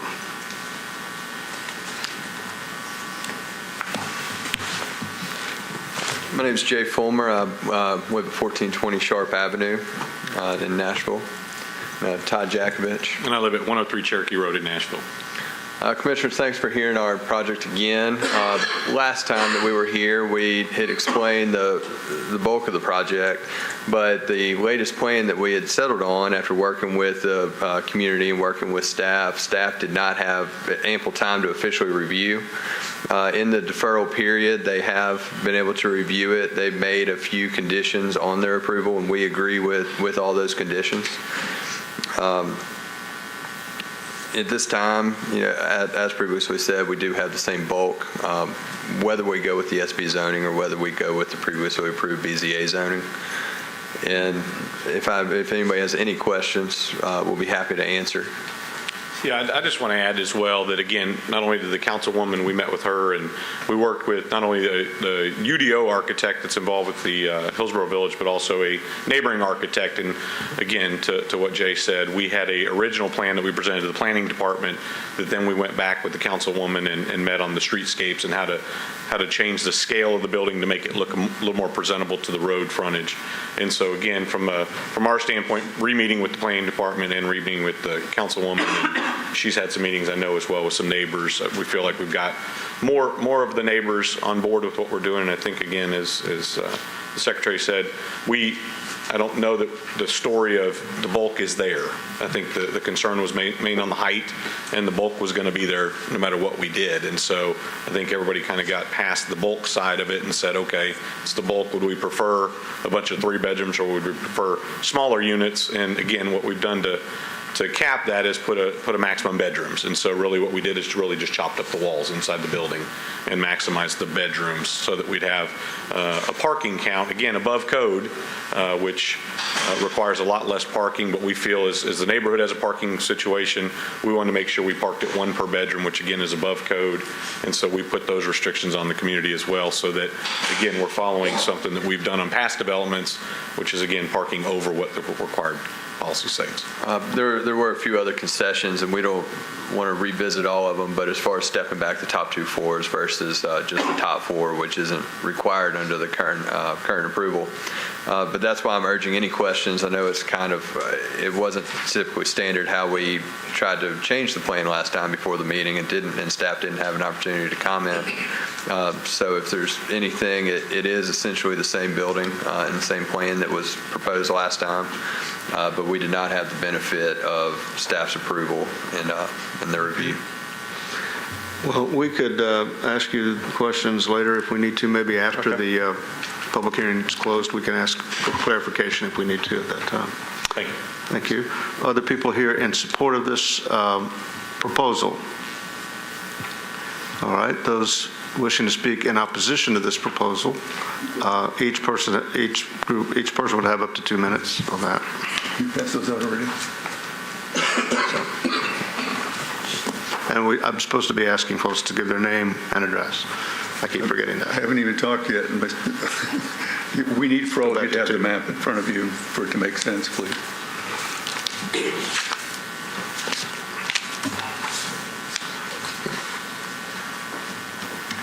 Am I speaking about 3A or 3B or both? Both. Both? Both. Okay. My name is Marty Hansen, next door, Arlington Court, 1711 18th Avenue South. The map I have just handed out to you shows you what they are now finally showing you, which is the special policy area. You passed the 18 units, 3-bedroom units, without having seen that map. It was concealed from you in the first 2 presentations they made, as it was by planning. They showed you without the little white squares on there, explaining what that is. It carefully shows what is, in fact, the defined area. There are about 35 parcels in that area. 3 of them have 3-story living space buildings. The rest have 2 stories. That means within that defined area, 90% of the buildings have 2 stories above ground, living stories. 10% have 3 stories. This will be the first 4-story building in there, except for the one that has frontage along Wedgwood Boulevard, et cetera. So there is no legitimate basis for this thing to be above 3 stories. It is absolutely legitimate for it to be 3 stories. There's a saying in the music business, this being Nashville, you can't put whipped cream on poopy. Everything above 3 stories here is poopy, okay?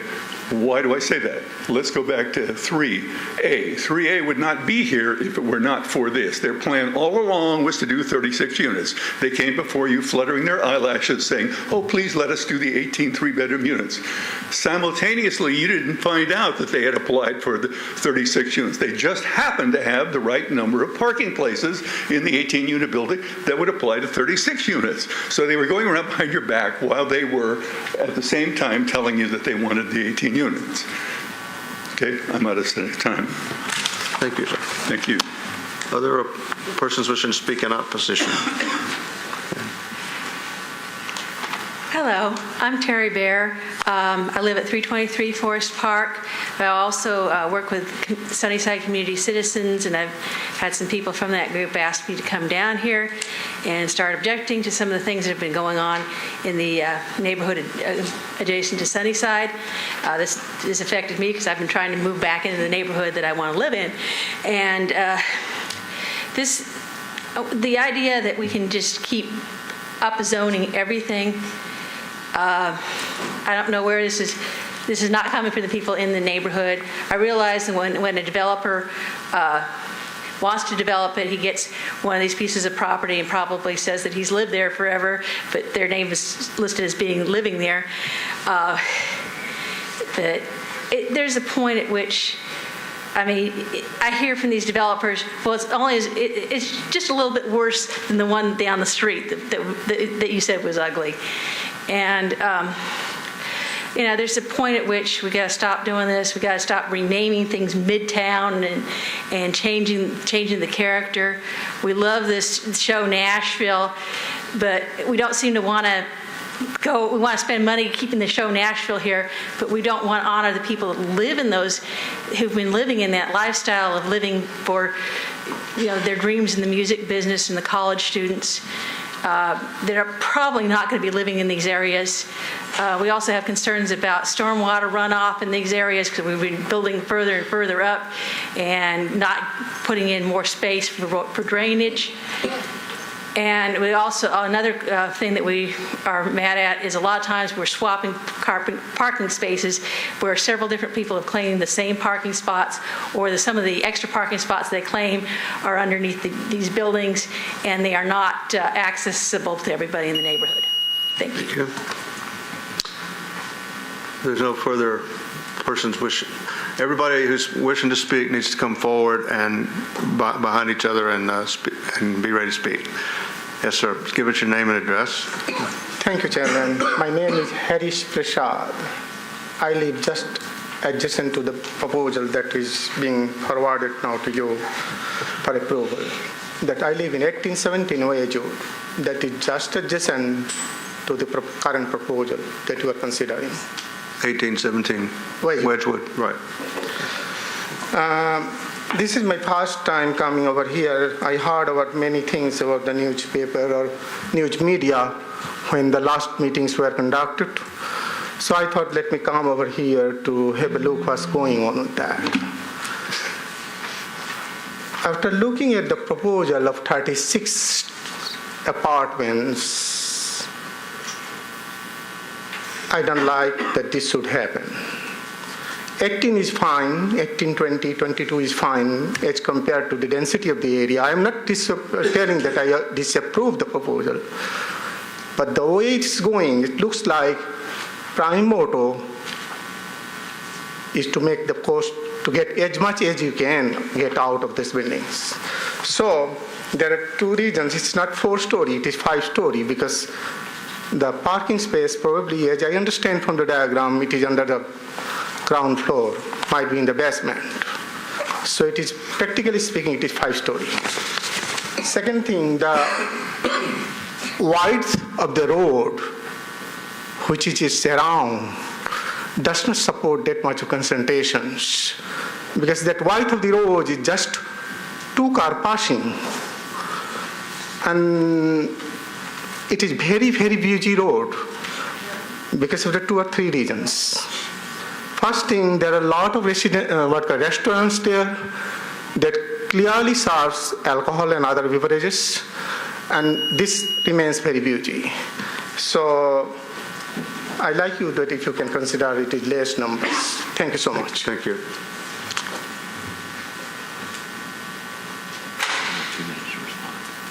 Does the proponent wish to respond? We have up to 2 minutes.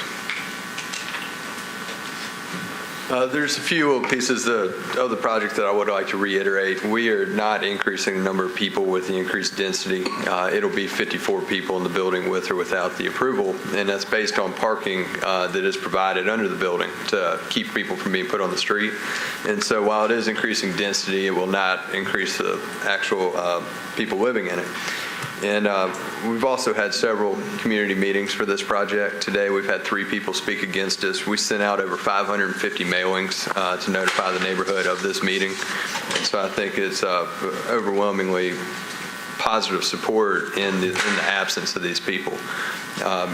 Last time we had obviously several more people here against us, and they have since joined our side and decided not to show up. I'd just like to make it clear, he said people, it's, again, we're classifying by bedrooms. And again, we're using 54 bedrooms. We don't have control over how many people are obviously in the bedrooms. But also a comment was made that we presented a different story. We've never presented the Planning Commission less than 36 units. We've never said differently. We have always looked at the property as it's either 18 3-bedroom units or we do 36 units, again, keeping the same density as far as bedrooms. parking as well. And so the story has never changed. We apologize if that was presented that way, but it's never changed with you guys. But again, the size of the building has been presented as 54 as well. Thank you. Thank you, guys.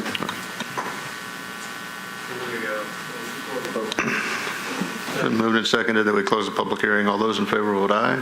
Opposed vote no. Public hearing's closed. Before we speak about it, were there questions that commissioners wanted to ask of a clarifying nature before we get into full discussion? Okay. All right. I'm going to ask Chairman McLean to lead off today. I'm going to listen to the other commissioners. I'm not used to. You're not used to these that, comments. Commissioner? I don't think I have any specific comments. I'm glad to see that since our last meeting that the developer and the community and the council member have been able to get together and come to some level of consensus among the community. Commissioner Ponder? I echo those thoughts. Thank you. Councilman Hunt? Yes, seem like they've come on the same accord, so there's nothing I can say about that one. Andre? I don't have a whole lot to say except support, but I did have a question, just a sort of a planning, broader picture question, throw a wrench in it all. One of the things I heard in our review said that we would not approve it if it were adjacent to a planned mixed-use center. And I noticed that the policy across 19th, did I hear that correctly? First of all, let's start with I think one of you said that because I wrote it down. That we wouldn't, we wouldn't approve it if it were on Hillsborough Road and in Hillsborough Village, or we wouldn't approve it if it were planned next to a. That was our shorthand conversation for the fact that on the previous slide they talked about how this plan presents a better streetscape, a better, more active street frontage. Right, which is a good thing. Right. However, it doesn't meet the ideal of the street frontage. And so this was kind of our shorthand slide for saying in these extremely pedestrian-oriented areas, we'd like an even better, more active street frontage than what's presented here. They've taken it a lot further, but that's kind of our shorthand for that. No, I think that's great, and I understood that. Thanks for explaining it further, though. So my question really is, in the future, across the street of 19th, we have NU policy and we have MUL zoning.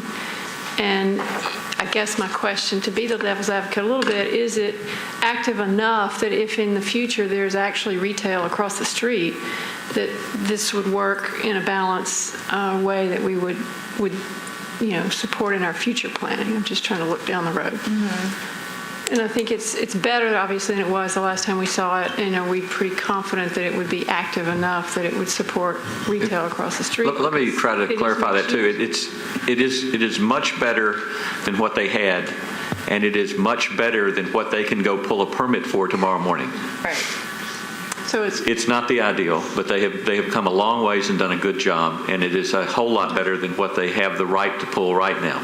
I'm not being critical. I just want to be clear. I'm not being critical at all of the project or what they're doing. I'm just trying to think forward what's going to show up across the street later that could be more dense, maybe more retail, and just to have that in mind, just to know that that's a possibility.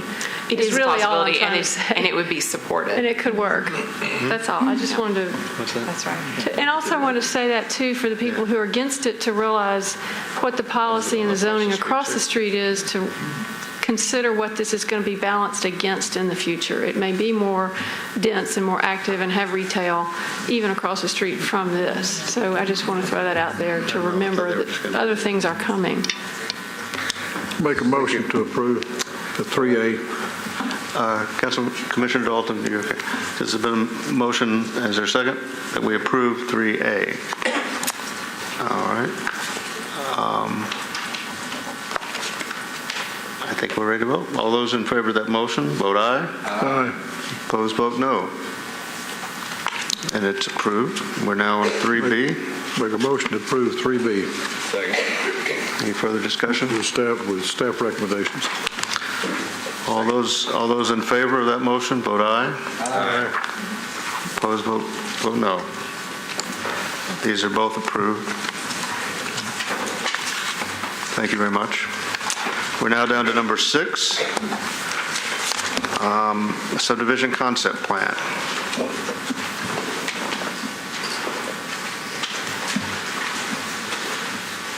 This is hard. This is hard. I got to remember all this stuff. I can barely remember your names.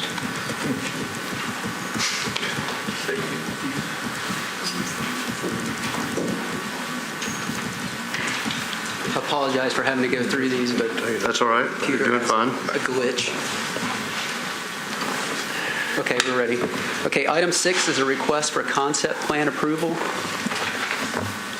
The property is located just to the northeast of Hobbs Road and Bellwood Drive.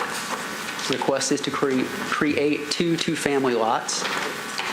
Staff is recommending approval with revised conditions that should be at your desk. The existing zoning is single two-family residential. It would permit 2 two-family lots with a maximum of 4 units. This is the request. It calls for 2 lots. Both lots are over 20,000 square feet, which meet the minimum size requirement of the zoning code. As you can see, Lot 2 is a flag lot, which is that it has a minimal frontage along Hobbs Road, and it widens at the back of Lot 1, kind of resembling a flag. Access for both lots will be provided from an access easement off Hobbs Road. Typically, flag lots are not permitted by the subdivision regulations. However, they do permit the Planning Commission to grant an exception if the following 8 conditions are met. The conditions are: there is a limited area for lot frontage on the street. The proposed lots fit into the character of the area and are consistent with the general plan. All standards of the zoning code are met. No more than 3 lots are proposed. The residential units on the lot with frontage is comparable to other lots in the area and shall face the street. The flag lot, private drive, and/or access easement shall connect to a street. The flag lot, private drive, or access easement shall be at least 10 feet wide for its entire length. And finally, the flag lot shared access easement shall be part of one non-fronting lot and under the same ownership as that lot. Staff finds that the request does meet all these requirements as stated in your staff report. This is in the Green Hills Midtown Community Plan. The policy is residential low-medium. This is also in a special policy. The special policy supports single and two-family dwellings with an intensity that is similar to newer development that is located on the north side of Hobbs Road, and that is designed. It has design features that create a walkable and quality realm. In conclusion, staff is recommending approval with the revised conditions at your desk and listed above.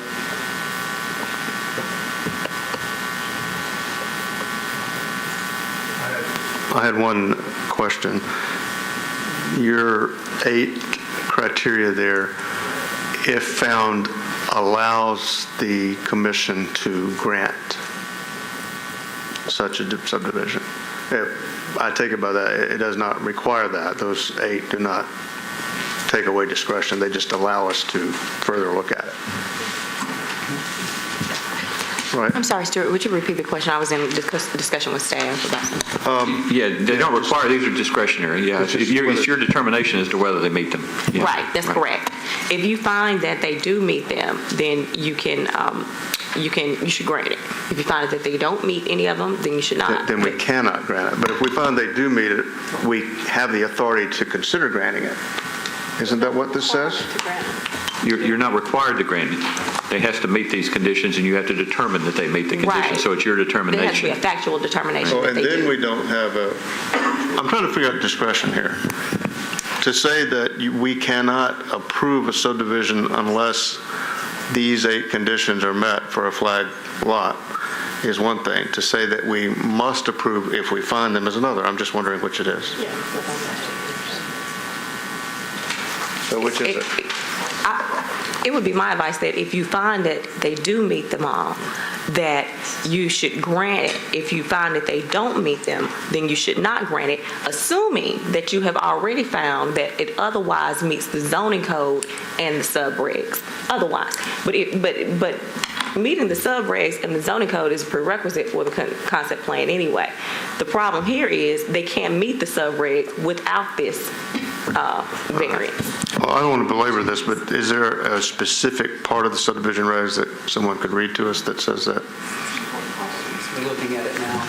Okay, we'll just wait for a second till we... Let me also make the commission aware of one other factor that the staff looked at on this. There are other ways to subdivide this lot where there is no discretion. In particular, this could be subdivided without a flag lot by subdividing it straight down the middle from rear to front. Mm-hmm. That wouldn't be discretionary. That would simply have to be approved. And in reviewing this, staff, the issue probably that you're going to get to is whether it meets the character of the area. That's the issue that the councilman brought forward. And I think that's probably the legitimate issue. But staff felt like that that by subdividing it this way, it would more meet the character of the area by allowing a larger front unit that was consistent with that than splitting this in effect into two 50-foot lots and having narrow houses that wouldn't meet the rhythm of the houses on the street. That's kind of what staff was at. So, and you just need to be aware of that. It's because they can do that as a matter of right.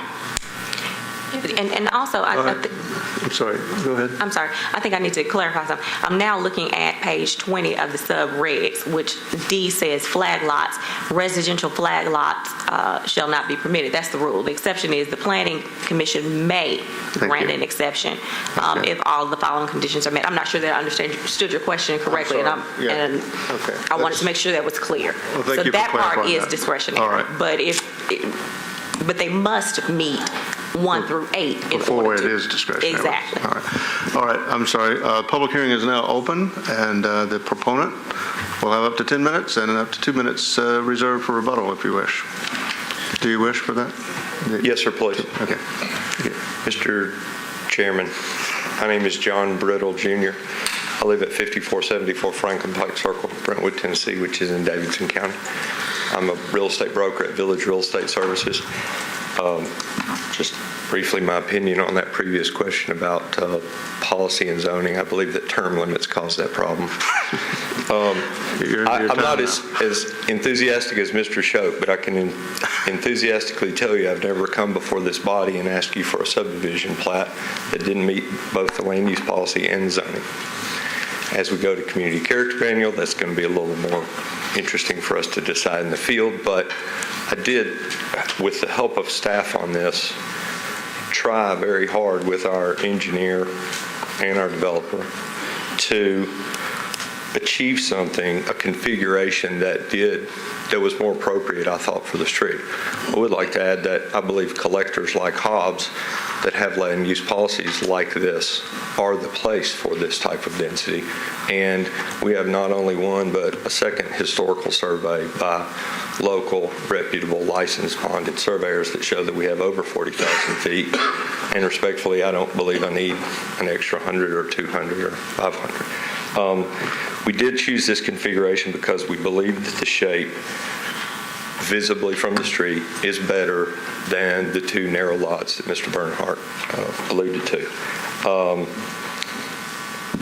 The reason we're here after my application in May is because we've moved to a concept plan at the request of Stormwater because we feel like we can correct some of the things and help some of the things that have been done in the past. Our neighbors, both beside and behind, I'm confident, I've talked to Jason Swaggart this week, they support this because they know that we've met with them on the site and we've dealt extensively with Steve Mishu and their department, and we will be doing engineered construction documents to show how we're going to improve on what is there stormwater-wise. We believe that one facing Hobbs versus two facing Hobbs is the way to go, and we respectfully request your support. Thank you very much. Thank you. Oh, you're part of this guy. Yes. Brian Hamilton. I live at 6215 Brownlee Drive, and I work at Nashville Civil, and I do site design and civil engineering. And I'll address a couple of things, or a couple of comments made earlier, and offer a couple of my own. But as Jason pointed out, we meet all the standards and the requirements of the zoning code. And if we did not have the area of 0.92 acres, we would not be in front of the commission. So a respectable land surveyor provided the survey for us. And the flag-shaped lot is absolutely consistent with the neighborhood, and it's so consistent that it's basically a mirror of the lot next door. So if we could see the slide again, it is essentially the same development as the property next door. And so and basically, I guess I would just encourage you, the commission, to vote with the recommendations of your smart and talented staff. So, thank you. Which staff is that?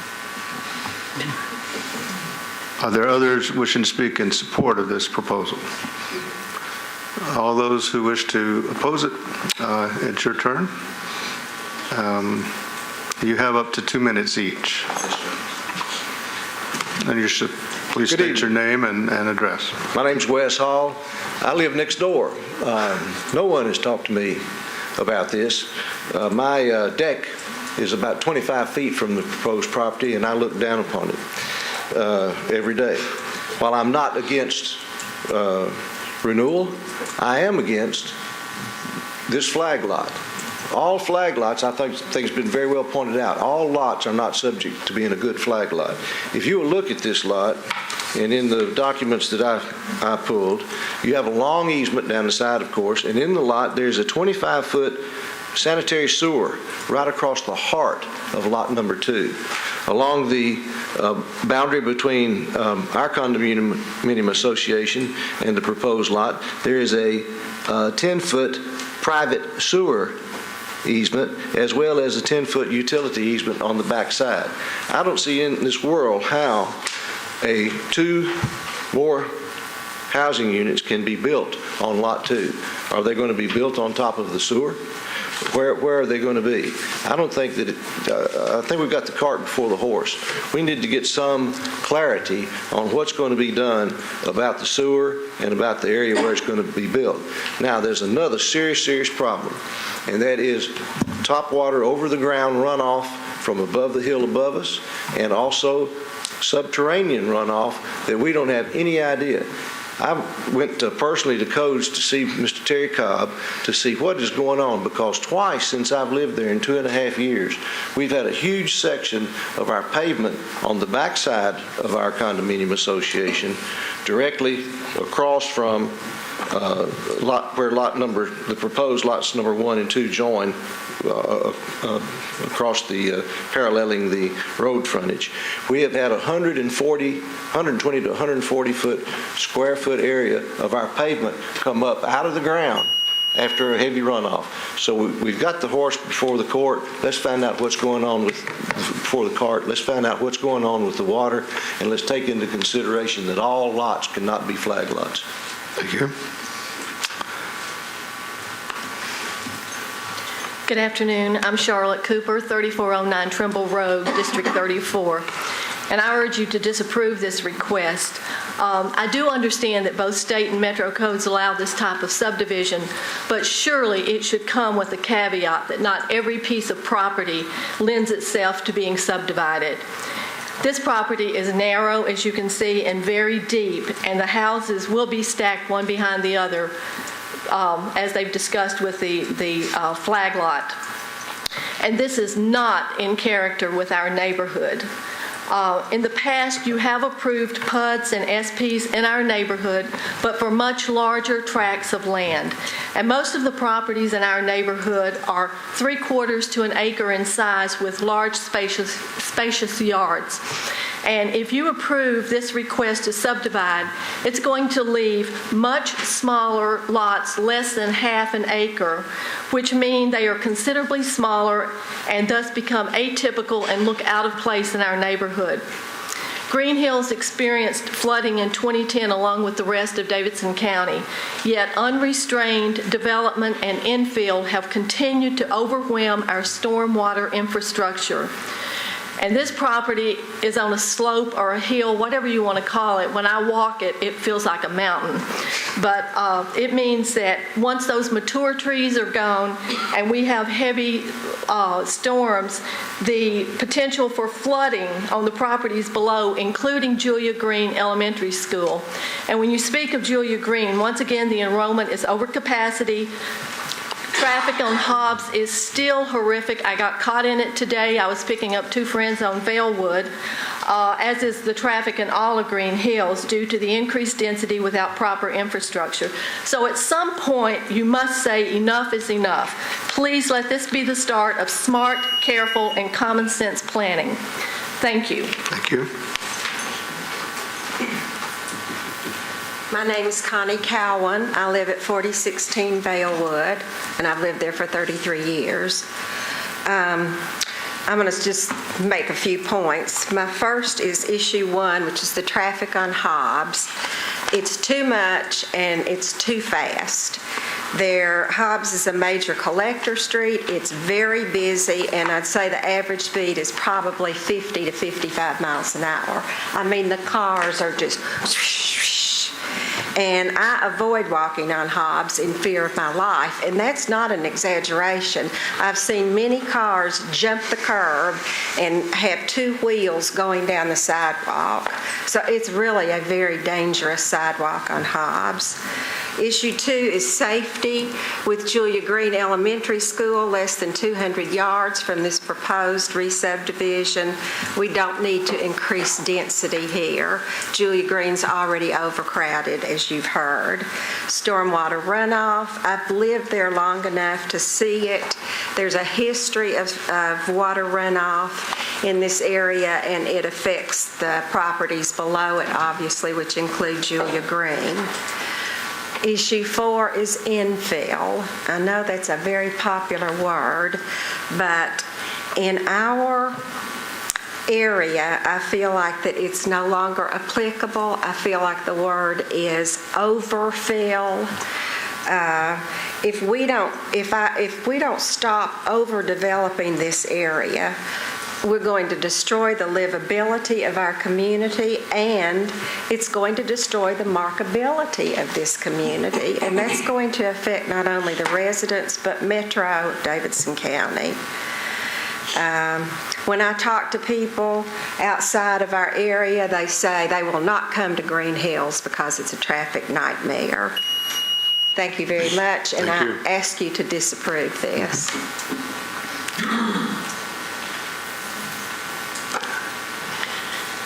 My name is Donna Bostic, and I live at 4008 Vailwood Drive, which is just right down the street from this proposed development, and I am opposing the development because of the increased density of the area and the change of character. I feel like most of the people in my neighborhood are opposed to this, and we would just like for you to disapprove it. Thank you. Thank you.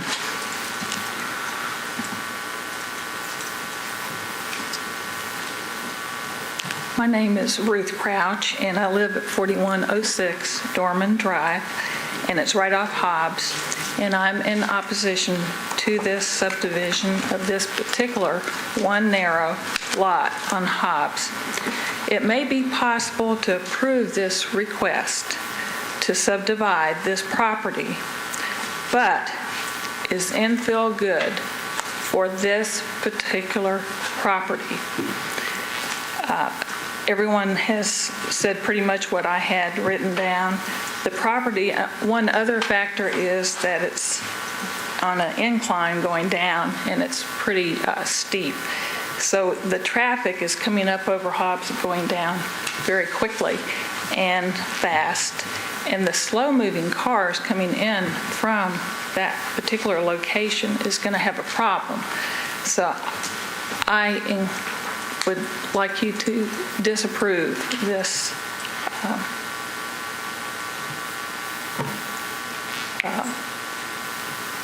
This proposal? or proposal. perhaps, Thank you. depending on your point of view, Thank you. stronger words, weaker words. Okay.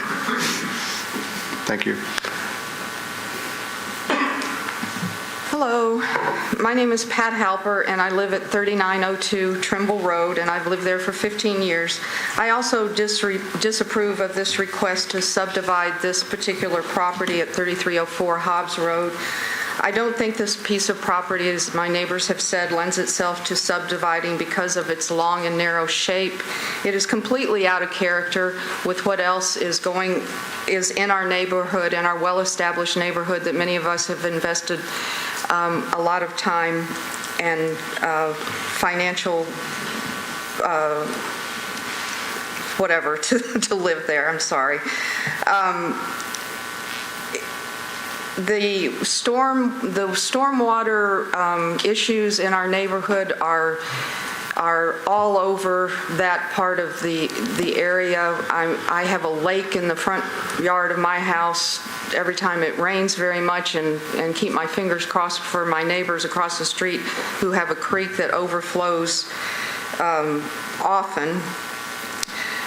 The traffic is terrible. Getting here this afternoon, it took me 20 minutes on Estes Road because nobody goes on Hillsborough Road, so they travel around all of our back roads. And you could say, well, this one particular subdivision isn't going to make or break it, but at some point I feel like I have to stand up for my neighborhood, because if this keeps on going without traffic problems being resolved and without water issues being resolved, it's getting out of hand. So I just think this particular piece of property really does not lend itself to this kind of infill development, and I would appreciate you disapproving it. Thank you. Chairman, may I make one more comment? I've already spoken, but 30 seconds. Yes, you may. It's important to note that this map is out of date. If you look at the map, the two properties on the corner of Hobbs and Bellwood that I mentioned earlier when I spoke, the city those are the two properties that the city purchased for almost $1 million. And so the entrance to Julia Green for the children's drop-off lane is now, well, you were on the right slide. Yeah, just point it out. I was going to say point them out on that slide. Yeah, if you go back to that picture, I thought it was perfect when you had it there. Those two houses have been torn down, and we've gone to all this work, and it went through the council. I know Councilman Hunt, you heard of the debate, but we spent all that time trying to fix the problems that were just described. So it just seems like all the work we did, you'd be going backwards to allow this flag lot. Thank you. Thank you. Is motion to close the public hearing? Oh, I'm sorry. We do have, I forgot all about you. My feelings are hurt. Yes, sir. I would like to publicly admit that I did not call any of the four neighbors next door in the flag-shaped lots and upstream from me, whose water comes on us and our two neighbors beside and behind us. And we're going to work hard to fix some water problems that were started by somebody else. I would also like to say that special policy is clear that the density on the north side of Hobbs Road is, we meet that identically to the property next to us and within tenths or hundredths of units per acre of those other properties on the north side of the road. Those things we meet. I do appreciate the opinions of people on the side streets off of this collector. I would like to remind them that they have not only a different zoning, an RS versus an R, but they also have a different land use policy density, half the density of this street. So I don't want to debate character with you, because I believe that you can draw what we want to do and you'll see that it's just like what is there. I'm glad the school that Metro bought those two properties. I worked diligently to help on that. So I respectfully request that you support this, and we will go back and deal with the staff if not, because that's the only reason I'm here, by the way, was about configuration. We're just here about configuration, trying to make it work better and make it look better. Thank you. Thank you. Is a motion to close the public hearing? All those in favor, vote aye. Aye. Opposed, vote no. Public hearing's closed. Commissioner Dalton? A gentleman spoke a little earlier about some sewer issues that were going on there in the middle, and I'd like to hear more about that and if there are any challenges that Public Works or anyone sees associated with that. I'm not sure if you can see it well here, but there is a sewer line, an 8-inch sewer line that runs approximately right through here. With the building envelope, given that easement, you still have an adequate building envelope with the 10-foot setbacks and the 20-foot rear yard setback there. So I don't see it as being an issue as far as the house can be built there. Okay. Two houses in the lot 2. Well, I think that's what you're hearing from them. So the building envelope would be sort of where the big numeral 2 is on the north side of the easement? Correct, right in here. I wonder if I could interject that we do have a representative from Water Department here, and it might be just educational to hear from them. If we could, while he's here, that could answer one of my questions. Was the applicant had said they had done extensive work to deal with stormwater, and I thought it might help to hear from stormwater from water what that might be. I think it would be good for Steve to kind of bring you up to speed because they've changed their whole process on 1 and 2 family lots, so it may be a good opportunity to share that too. Sure, no problem. Steve Mishu with Metro Stormwater. Before I get to the stormwater, I do work for water and sewer, but I don't do sewer review, but I can tell you what I know about the sewer. Like Jason was saying, you'll have a 10-foot easement on both sides that will typically require the buildings to stay out of the easement. In rare occasions, you could apply for an easement encroachment, and it will be reviewed on a case-by-case basis to see if they'll allow the building envelope into the easement. Not a given. It's always on a case-by-case. And for the stormwater, what we had was all the previous developments, like what you see just to the east of this, it was looked at individually, one lot. When you look at it individually, almost everything meets our exemption criteria to where we have minimal review. As Mr. Bernhardt was saying, we're undergoing some changes, and what we have done immediately is we have changed the way we have started looking at these things. Instead of looking at these as individual lots, we are looking at them as a combined lot. With these 2 lots together, they're not going to fall within our residential exemption. So that's kind of what Mr. Brittle alluded to earlier, is that we suggested that he go back to a concept plan. Whether we consider it to go back to a concept plan may or may not be true, but what we really wanted was we wanted approved construction drawings before any final plats were approved. So back in 2004, when the previous development was approved, we really didn't have any kind of oversight. But now that we've changed our way we look at it, we're going to review this as one development, and we're going to require the same kind of stormwater features on this site as if it was a Burkett Village or even a McDonald's for that fact. So we will review this, not now, during the concept stage, but if it does get approved, we will review it to the same standard as any other development during the construction stage. Specific questions that you might have? I have another question. Is there any interest in encouraging or any possibility of encouraging pervious surfaces for the drives and the parking? Not a giant concrete one like we have here, but we just did a driveway in our old house that was actually less expensive than blacktop. It was pervious, and it's a rolled gravel driveway, and I just didn't know if that's something that we start to incorporate into our conversations with stormwater runoff or not. Sure. Well, during the last Planning Commission meeting, we talked about our new Volume 5 requirements, which are optional at this time. When you do Volume 5, you do get credit for pervious pavement, and with our old volume, you do get credit also for pervious pavement. Will we require it? We don't really require it. It'll be up to the design engineer to come up with something to meet our requirements. I'm assuming that they're probably going to do something probably lower impact like pervious pavement and bioretention areas as opposed to a detention pond. I really doubt that they'll do a pond in this setting. Yes, sir. Go right ahead. Of this man? Yeah, only Steve. Is that part of the combined sewer system? This is not in the combined sewer system. It's not? No, sir. So we don't have an event at that particular system when it rains, or we have a heavy rain? No, I think what you're referring to is the combined system where the sanitary and the storm flow in the same pipes. Yeah, right.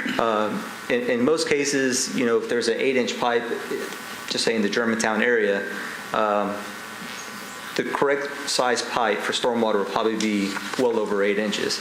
So obviously there's some problems, but this is not in the combined system. What happens in this particular lot, right where that sanitary line is kind of like a little swale, grass channel type area.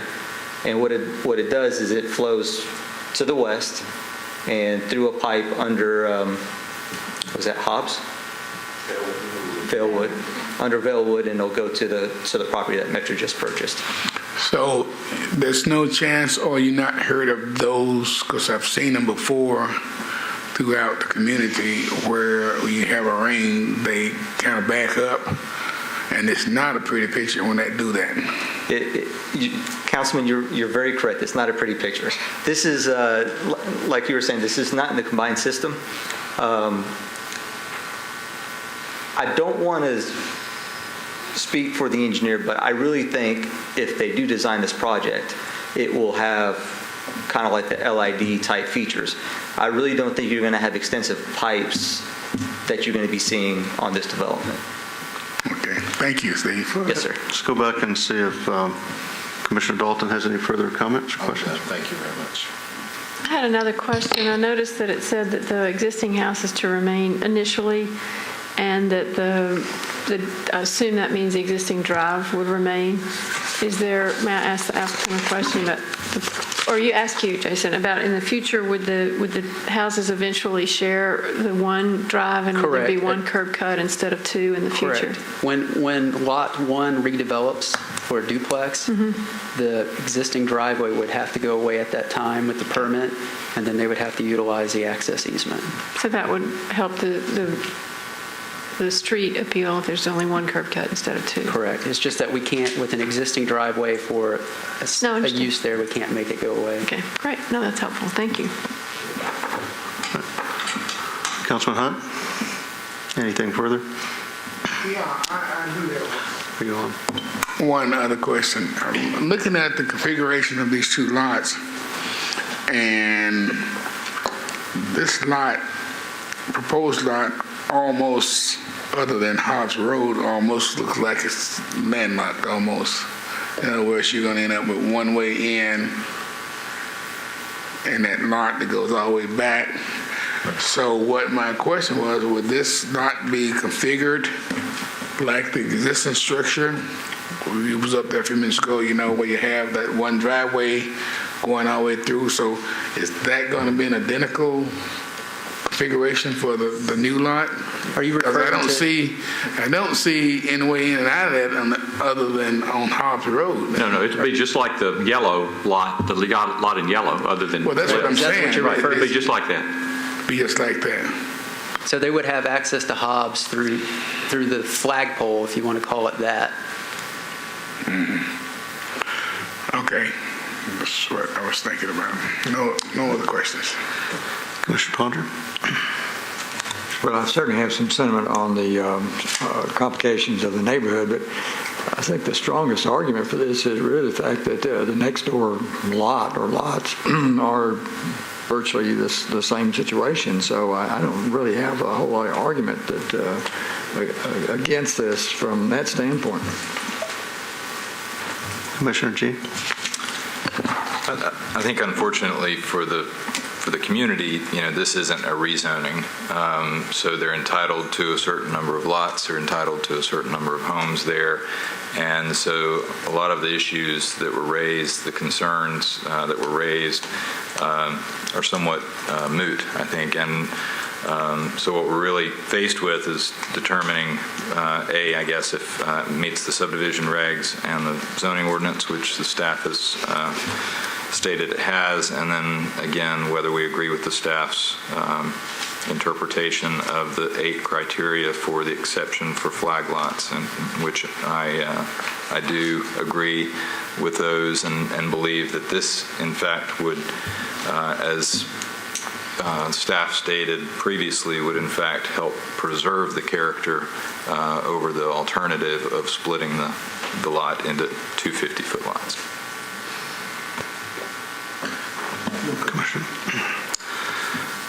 Well, I can't support this because I realize there's a possibility they may still be able to divide and put another structure there. The problem I have is the opposite of Commissioner Ponder's. I can't support it because there's already one there, and I think every time we have one, it makes it easier to have flag lot. I realize that there's even initial confusion about whether we have the authority to say no, but we do. We have the authority to say yes on a subdivision if all these 8 are met, but we're not required to. And to me, what tips it over, besides just disfavoring of flag lots and willing to have something else there, even if it's, as some have argued, not as good, I think it's a bad precedent. But the main thing is the historical developments of that school and the efforts people have made to lessen density right around that school. To me, that's enough of a factor that has to be considered, and I don't believe in our discretion we should approve this. So that's my thinking about it. Is there a motion? May I ask you a question first? Yes. If I just want to understand what our parameters are. If it's a subdivision by right, and so they're asking for subdivision into 2 lots, if we disapprove it, would we then inherently be approving 2 50-foot or 2 lots that are split down the middle? And I just want to know what we'd be doing if we went with you. What do we then do? What is the consequence? If they desired to subdivide into 2 lots, we're talking about 2 50-foot lots split by the middle, that's an administrative approval, it's a staff approval, they can do that. It does not require. The reason they're before you is they're asking for a variance to the subdivision regulations that would allow them to have a flag lot. That's why they're here before you. So is it 100 foot? Is it 100 feet wide? Would it be 2 50-foot lot? I'm just trying to find out what we'd be doing if we said no. Hey, Rick, one clarification is that the reason they would still have to go through the concept plan approval just because they have to meet the stormwater requirements. Right. But at that point, they wouldn't have to have an exception. So their 2 lots would meet the subdivision regulations. So you'd be in the ability where you can't disprove it because it meets all the regulations, where in this event, there is a... If they don't meet the stormwater later after the concept... Even if it's a concept plan with this number of lots, it wouldn't come to the commission unless they're asking variance. Right. So we get more control over the stormwater and all of those other issues? No, all those issues will be addressed. The stormwater people will look at it, whether it comes to the commission or not. The reason it's coming to the commission doesn't vary any of those technical requirements, whether it's stormwater, public works, none of those are being varied. Why it's here is because they're varying your requirement for a flag lot, and that's the only reason it's here before the commission. So even if it were divided into 2 even lots, it would still be at the concept plan stage and would go through all those procedures and oversight that we just heard about. So if it were 2 even lots, would it be allowed to have duplexes on each lot? Correct. And how would that work? Well, I'm just curious. I just want to. There are a lot of examples. What would be deciding if we went with Stewart? The most common example, would be, and we've seen these where you have the courtyards, where you have 2 matching duplexes. You have one drive down the middle. You have courtyards in the front, and you have front and back units. There's a lot of other ways to do it. That would probably be the one that would give you the greatest compatibility. At least if they're 50-foot lots, they could each one technically could have an individual drive. So under the sub-regs, we would still try to work with the developer to have one drive and have the drive down the middle. Would we end up with garages on the front of the houses? You could. And this one, we're saying they can't have that. That's any consolation. I don't know. I'm just looking to see what the answer would be if it weren't this. I think my position would be, we know flag lots are disfavored, and they're disfavored for a lot of reasons, compatibility with the area being one of them. And I think that's pretty important. And when I realized that these were not, it wasn't required that we approve it, combined with the history, I think that's, I realize that the option may not be what these neighbors want. That's not really my concern. Mine is more precedent. I don't like flag lots. Well, that's my question. I wouldn't vote for it just because it's next door. I don't have that tendency. But tell me about flag lots that are so despicable. Because if you look on the picture and you see the houses and the rooftops right behind the flag lot that exists, there are two houses back there tucked back into the area. There are lots of houses tucked back in there. I don't know if you take away the property lines, if you could tell me the difference of what a flag lot does that doesn't do. What's wrong with a flag lot? Well, we could write about it later, I suppose, but I think there's a strong and understandable feeling in that area that we want structures that face the street, that look like what's there throughout the rest of it. And I do have one thing that doesn't really, I think we're having good discussions about infrastructure and how that has to come along with density, but and I think we heard from Water about a very significant infrastructure change that they made in policy, which is going to be very helpful. But to me, the particularities of this street, of the amazing work to take structures out, and the proximity to that overcrowded school, I'm just not interested in making that decision, which we don't have to make. Excuse me, may I say something? Yes. I've got a question first. We're talking about if you have two 50-foot lots, could we require that there be only one driveway, or is that an optional? Could we demand that? Basically, the subdivision regulations would require a joint drive if it's less than 50 feet, if the lots are less than 50 feet. Okay, but not if it's 50, it could. Okay. They're permitted, if they're 50 or above, they're permitted to have an individual. Assuming that we had, that situation where you had two 50-foot lots and with two driveways, you're going to have a pretty skinny front on the structure. It's real difficult for me to picture duplexes that are attractive from the street, on a skinny lot like that. And the question that comes to my mind is, how many other 50-foot lots are along the street now? I don't believe there are any on the south side. And then if you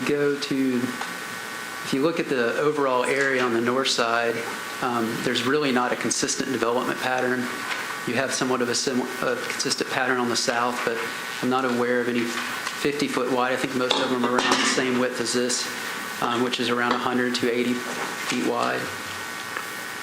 Well, I guess my question is, would this, in a way, be spot zoning if you had something that was new in the neighborhood, the 50-foot lot? No, they're operating under the current zoning. The 50-foot lots would be allowed by the current zoning. Would be allowed, but but is it common? I think no, it's just permitted. Permitted, okay. I got one other question. I guess I'm listening too much now, but I got one of these in my district.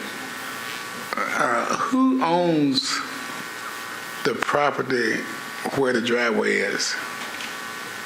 That would be on the back lot, Lot 2. Lot 2 would own it, and Lot 1 would have an easement to travel on it. That's what I'm saying. They would have to have an easement to get back to the second house, right?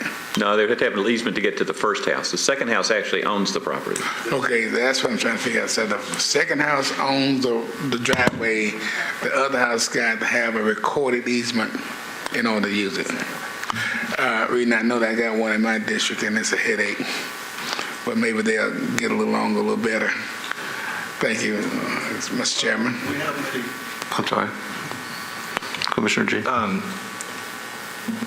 Chairman Stewart, I guess I am confused because you talk about one of the reasons you're opposing this is because the history of trying to reduce density in this area, whereas we're not at all here to debate or even really consider evidence related to density. This is a subdivision that we're required to determine whether it meets the regs. We're also being asked for an exception that we're not obligated to grant, but given 8 criteria. And I would ask again how 4 front-loaded units, which they could do by right, would fit into the character of this area more than this proposal would. I understand what you're suggesting, that we engage in least bad alternative from a neighbor standpoint. And I understand that. And it may be that what happens is not something they like. I think it's worth us realizing that this is not something we have to, unlike a lot of things in terms of subdivisions, which we never see because they're done administratively, this doesn't meet the requirements. It meets exceptions to the requirement in an area that has deep issues and not enough infrastructure in terms of traffic related help, and is close enough to that school. I don't know what to tell you. I mean, obviously it's not going to be ideal either way, but I don't like the precedent of having these lots. I mean, we don't have to have a unanimous vote either way, but I just am not persuaded. So it may be time for a motion, unless there's further discussion okay. I'll move we approve staff recommendation. Second. Okay. All those in favor of this motion, raise your hand. All those opposed? What was that? 4-3. It is approved 4-3. Thank you. We're moving on now to the next item on the agenda. What is that, Rick? It's one of the reports. Parks report. Or Parks, we're down here. Parks report, we have a meeting next Tuesday, 12 o'clock at the Parks Center. That's all. Do you want to do historic zoning? Okay, I don't believe we have an executive committee report, which I think leaves us with executive director report. Commissioners, each Planning Commission meeting, I have prepared for my own notes an executive director's report and have kind of gone over it very briefly with you. I decided this time that I would actually provide it to you, and we'll email a copy tomorrow, but I rarely have an opportunity to kind of go through things that you might find interesting. I would just like to highlight a couple of things that are actually on this report and particular that I would highlight if I was just going through it. One, we do have the details of the request for rehearing at 5516 Kentucky Avenue that the chairman and I reviewed. I mentioned this at the last meeting. They're here. These will be made part of the record, so and just so you know, that's why I'm trying to get them in here. I would take note on page 3, parking day. Last Friday was a wild success. We actually won an award. The Civic Design Center's judges named our parklet the best use of space. And Ben Miskelly kind of led that effort, and we want to thank him. But a lot of staff members were involved with that, and we've got a couple of pictures of that. We had a lot of interaction. We had our big Nashville Next in there that people could sign thoughts on and all that, and so that's there. And just take note of that. By the way, Rick, take note that Smith G Studio won best wow factor. Best wow, yeah. Well, you were awful close there. So we had to lug our stuff all the way from down here. The Metro Council last meeting approved the funding for the flying of the new orthographic images. Every 2 years we do aerial photographs, and they're the basis for everything that we've done. And we're in the process of doing that with USGS and others. We're continuing just on Nashville Next, and I want to mention several things that I've got in here. We're continuing, we're kind of closing out and transitioning in the second phase, which is the priorities. So far, we have had over 4,000 participants that have gone through and ranked priorities. As you know, we had 184. We went down to 37. They ranked 34 of the priorities. So far, the top priority is the need for increased transit. The other issue is affordable living, growing economy, walkable neighborhoods, and strong neighborhoods. Those are the top 5 issues. And our resource teams, I mentioned those are here. We're working with the steering committee, and I have provided you a list of the draft guiding principles for your information that the steering committee is looking at. The subcommittees actually work, and the steering committee has looked at that and made some things, so you can get a sense of the character of where the plan is going. Just to hit the 7 highlights: be Nashville, expand accessibility, create opportunity, foster strong neighborhoods, advance education, champion the environment, and ensure equity for all. Those are the big picture issues that they're on. We've got a number of issues over the next 2 weeks. I would, however, highlight 2 things. We're moving into the growth allocation workshop on October 12th, which is a Saturday. We're going to host this at the Bridge Building. We're going to do a run through October 4th, and we're going to invite you to come to that. We're going to do that with the steering committee, the community engagement committee. This is an opportunity. It'll last. We're going to be there from 9 to 3:30. Any segment, we're going to start these on the hour, and they last about an hour and a half or so. So what we're doing is getting people to come on the hour, basically, during that time period. But we're looking at a county map for the next 25 years, and we're asking people, we're going to accommodate, basically all the projections are roughly, let me see if I get my numbers right, 100,000 housing units, 200,000 people, and 300,000 jobs. And so the question is, where do you put those? And so there will be opportunities to discuss infill. There'll be opportunities to discuss greenfield. There'll be opportunities to choose where you want to preserve and not. And so we'll kind of work through that. So I think it'll be a lot of fun. And again, Kelly will be inviting you to attend. You can obviously attend on the 12th if you wish, but the 4th is another opportunity. And we're going to follow that up on the 22nd, 21st with an evening meeting here too. So I think that'll be a good opportunity. 2 last things I'm going to point out. On October 9th, the Civic Design Center's annual meeting and luncheon consists of Arthur Nelson's presentation, his presentation on opportunities and development trends and opportunities for Nashville. Part of the Nashville Next process was to bring him in to really analyze. And this is a very in-depth analysis based on population groups, based on household size, and based on the actual what's on the ground here in Nashville. He's going to do an analysis and present what are going to be the needs, what are going to be the specific segments of the community, housing and residential, non-residential, that are going to be needed over the next 25 years. And it's a key element in where we're going. He's going to be presenting that at their luncheon on October the 16th. Is that it? I don't think that's right. I think it's October the 9th. Right. And I know some of you have already signed up. We want to make sure that you have one more opportunity to sign up there. And we'll be providing the report, giving it out the 9th. Civic Design Center will, and we'll make copies of that available. One last thing is this does include a number of training opportunities. I think Jennifer passed out the ones for last year, and basically, I gave a memo to each of you. Remember that state law requires for every calendar year that each of the commissioners do 4 hours of continuing education or training, and one of those 4 is about property rights. So if you look at this document, you can put a check mark by any of these that you attended, sign and date the bottom, and hand it back to me, and I'll help you figure out if there's any that you're missing, and we'll get you what you need. Thank you. Question, Jennifer? Yeah.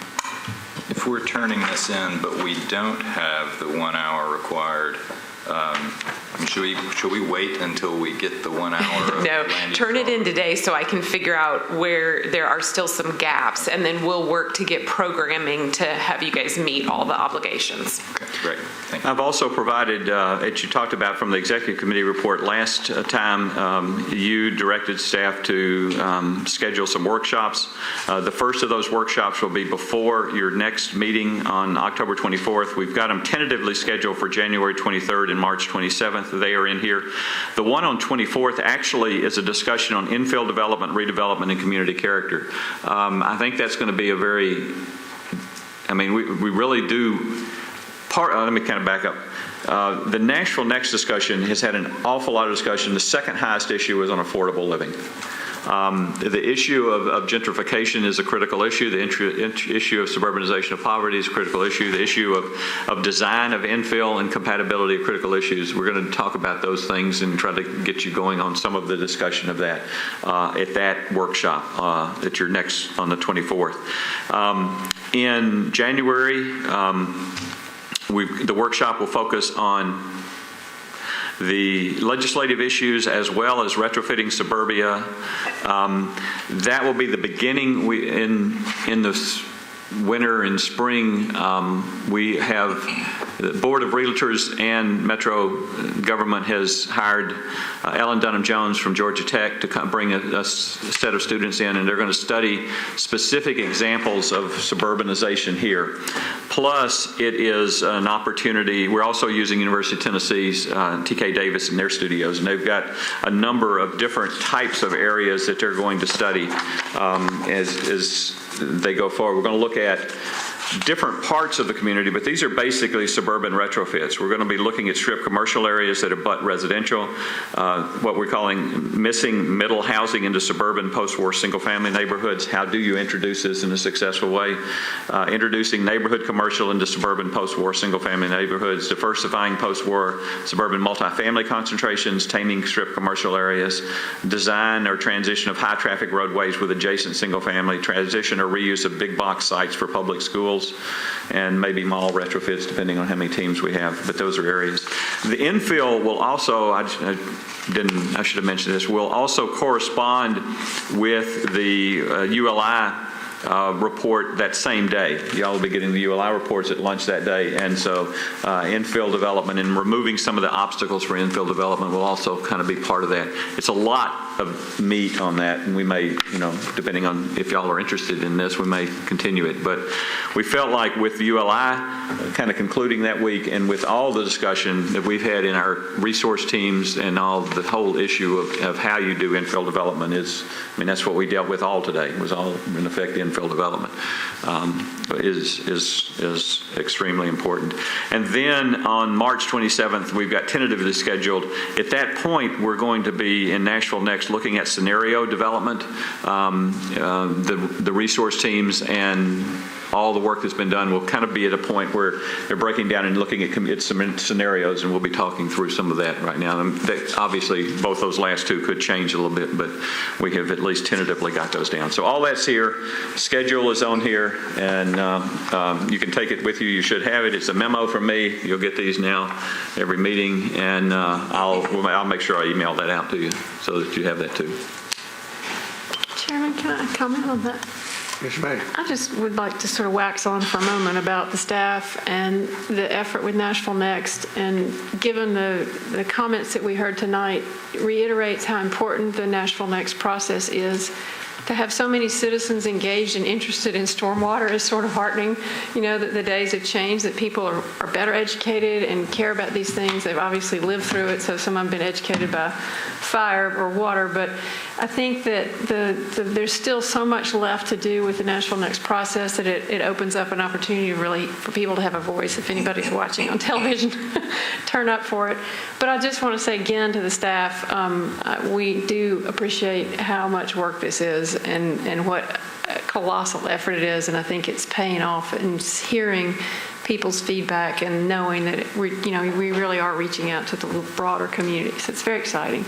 And just if you take note, we've got a number of, every 2 weeks we're out at a number of different locations, but the staff really has to be commended for being there. I mean, we've got meetings almost every Saturday, and we've got them Sunday of this 2-week period. We're at churches and in terms of meeting people, so they are out there and getting information. May I add one little comment to that? Actually, I was really rather disturbed that some of the toxic remarks that were in the newspaper this past few days about this department. I wish that those people that wrote those had the opportunity to come down here and witness just what was said today, much less being able to sit down with the staff and see how much effort goes into working with proposals. I mean, I can remember the days when we used to have agendas that were long and long, and many, and we heard virtually every one of those. We are now at a position where we are approving most of these on a consent agenda now. It's because the department is better than it ever was before, and they're doing a great job, and I commend them, and I just wish that those people have the opportunity to see in action what is truly happening. I believe we're at the end of our agenda, so we are adjourned. It's your last.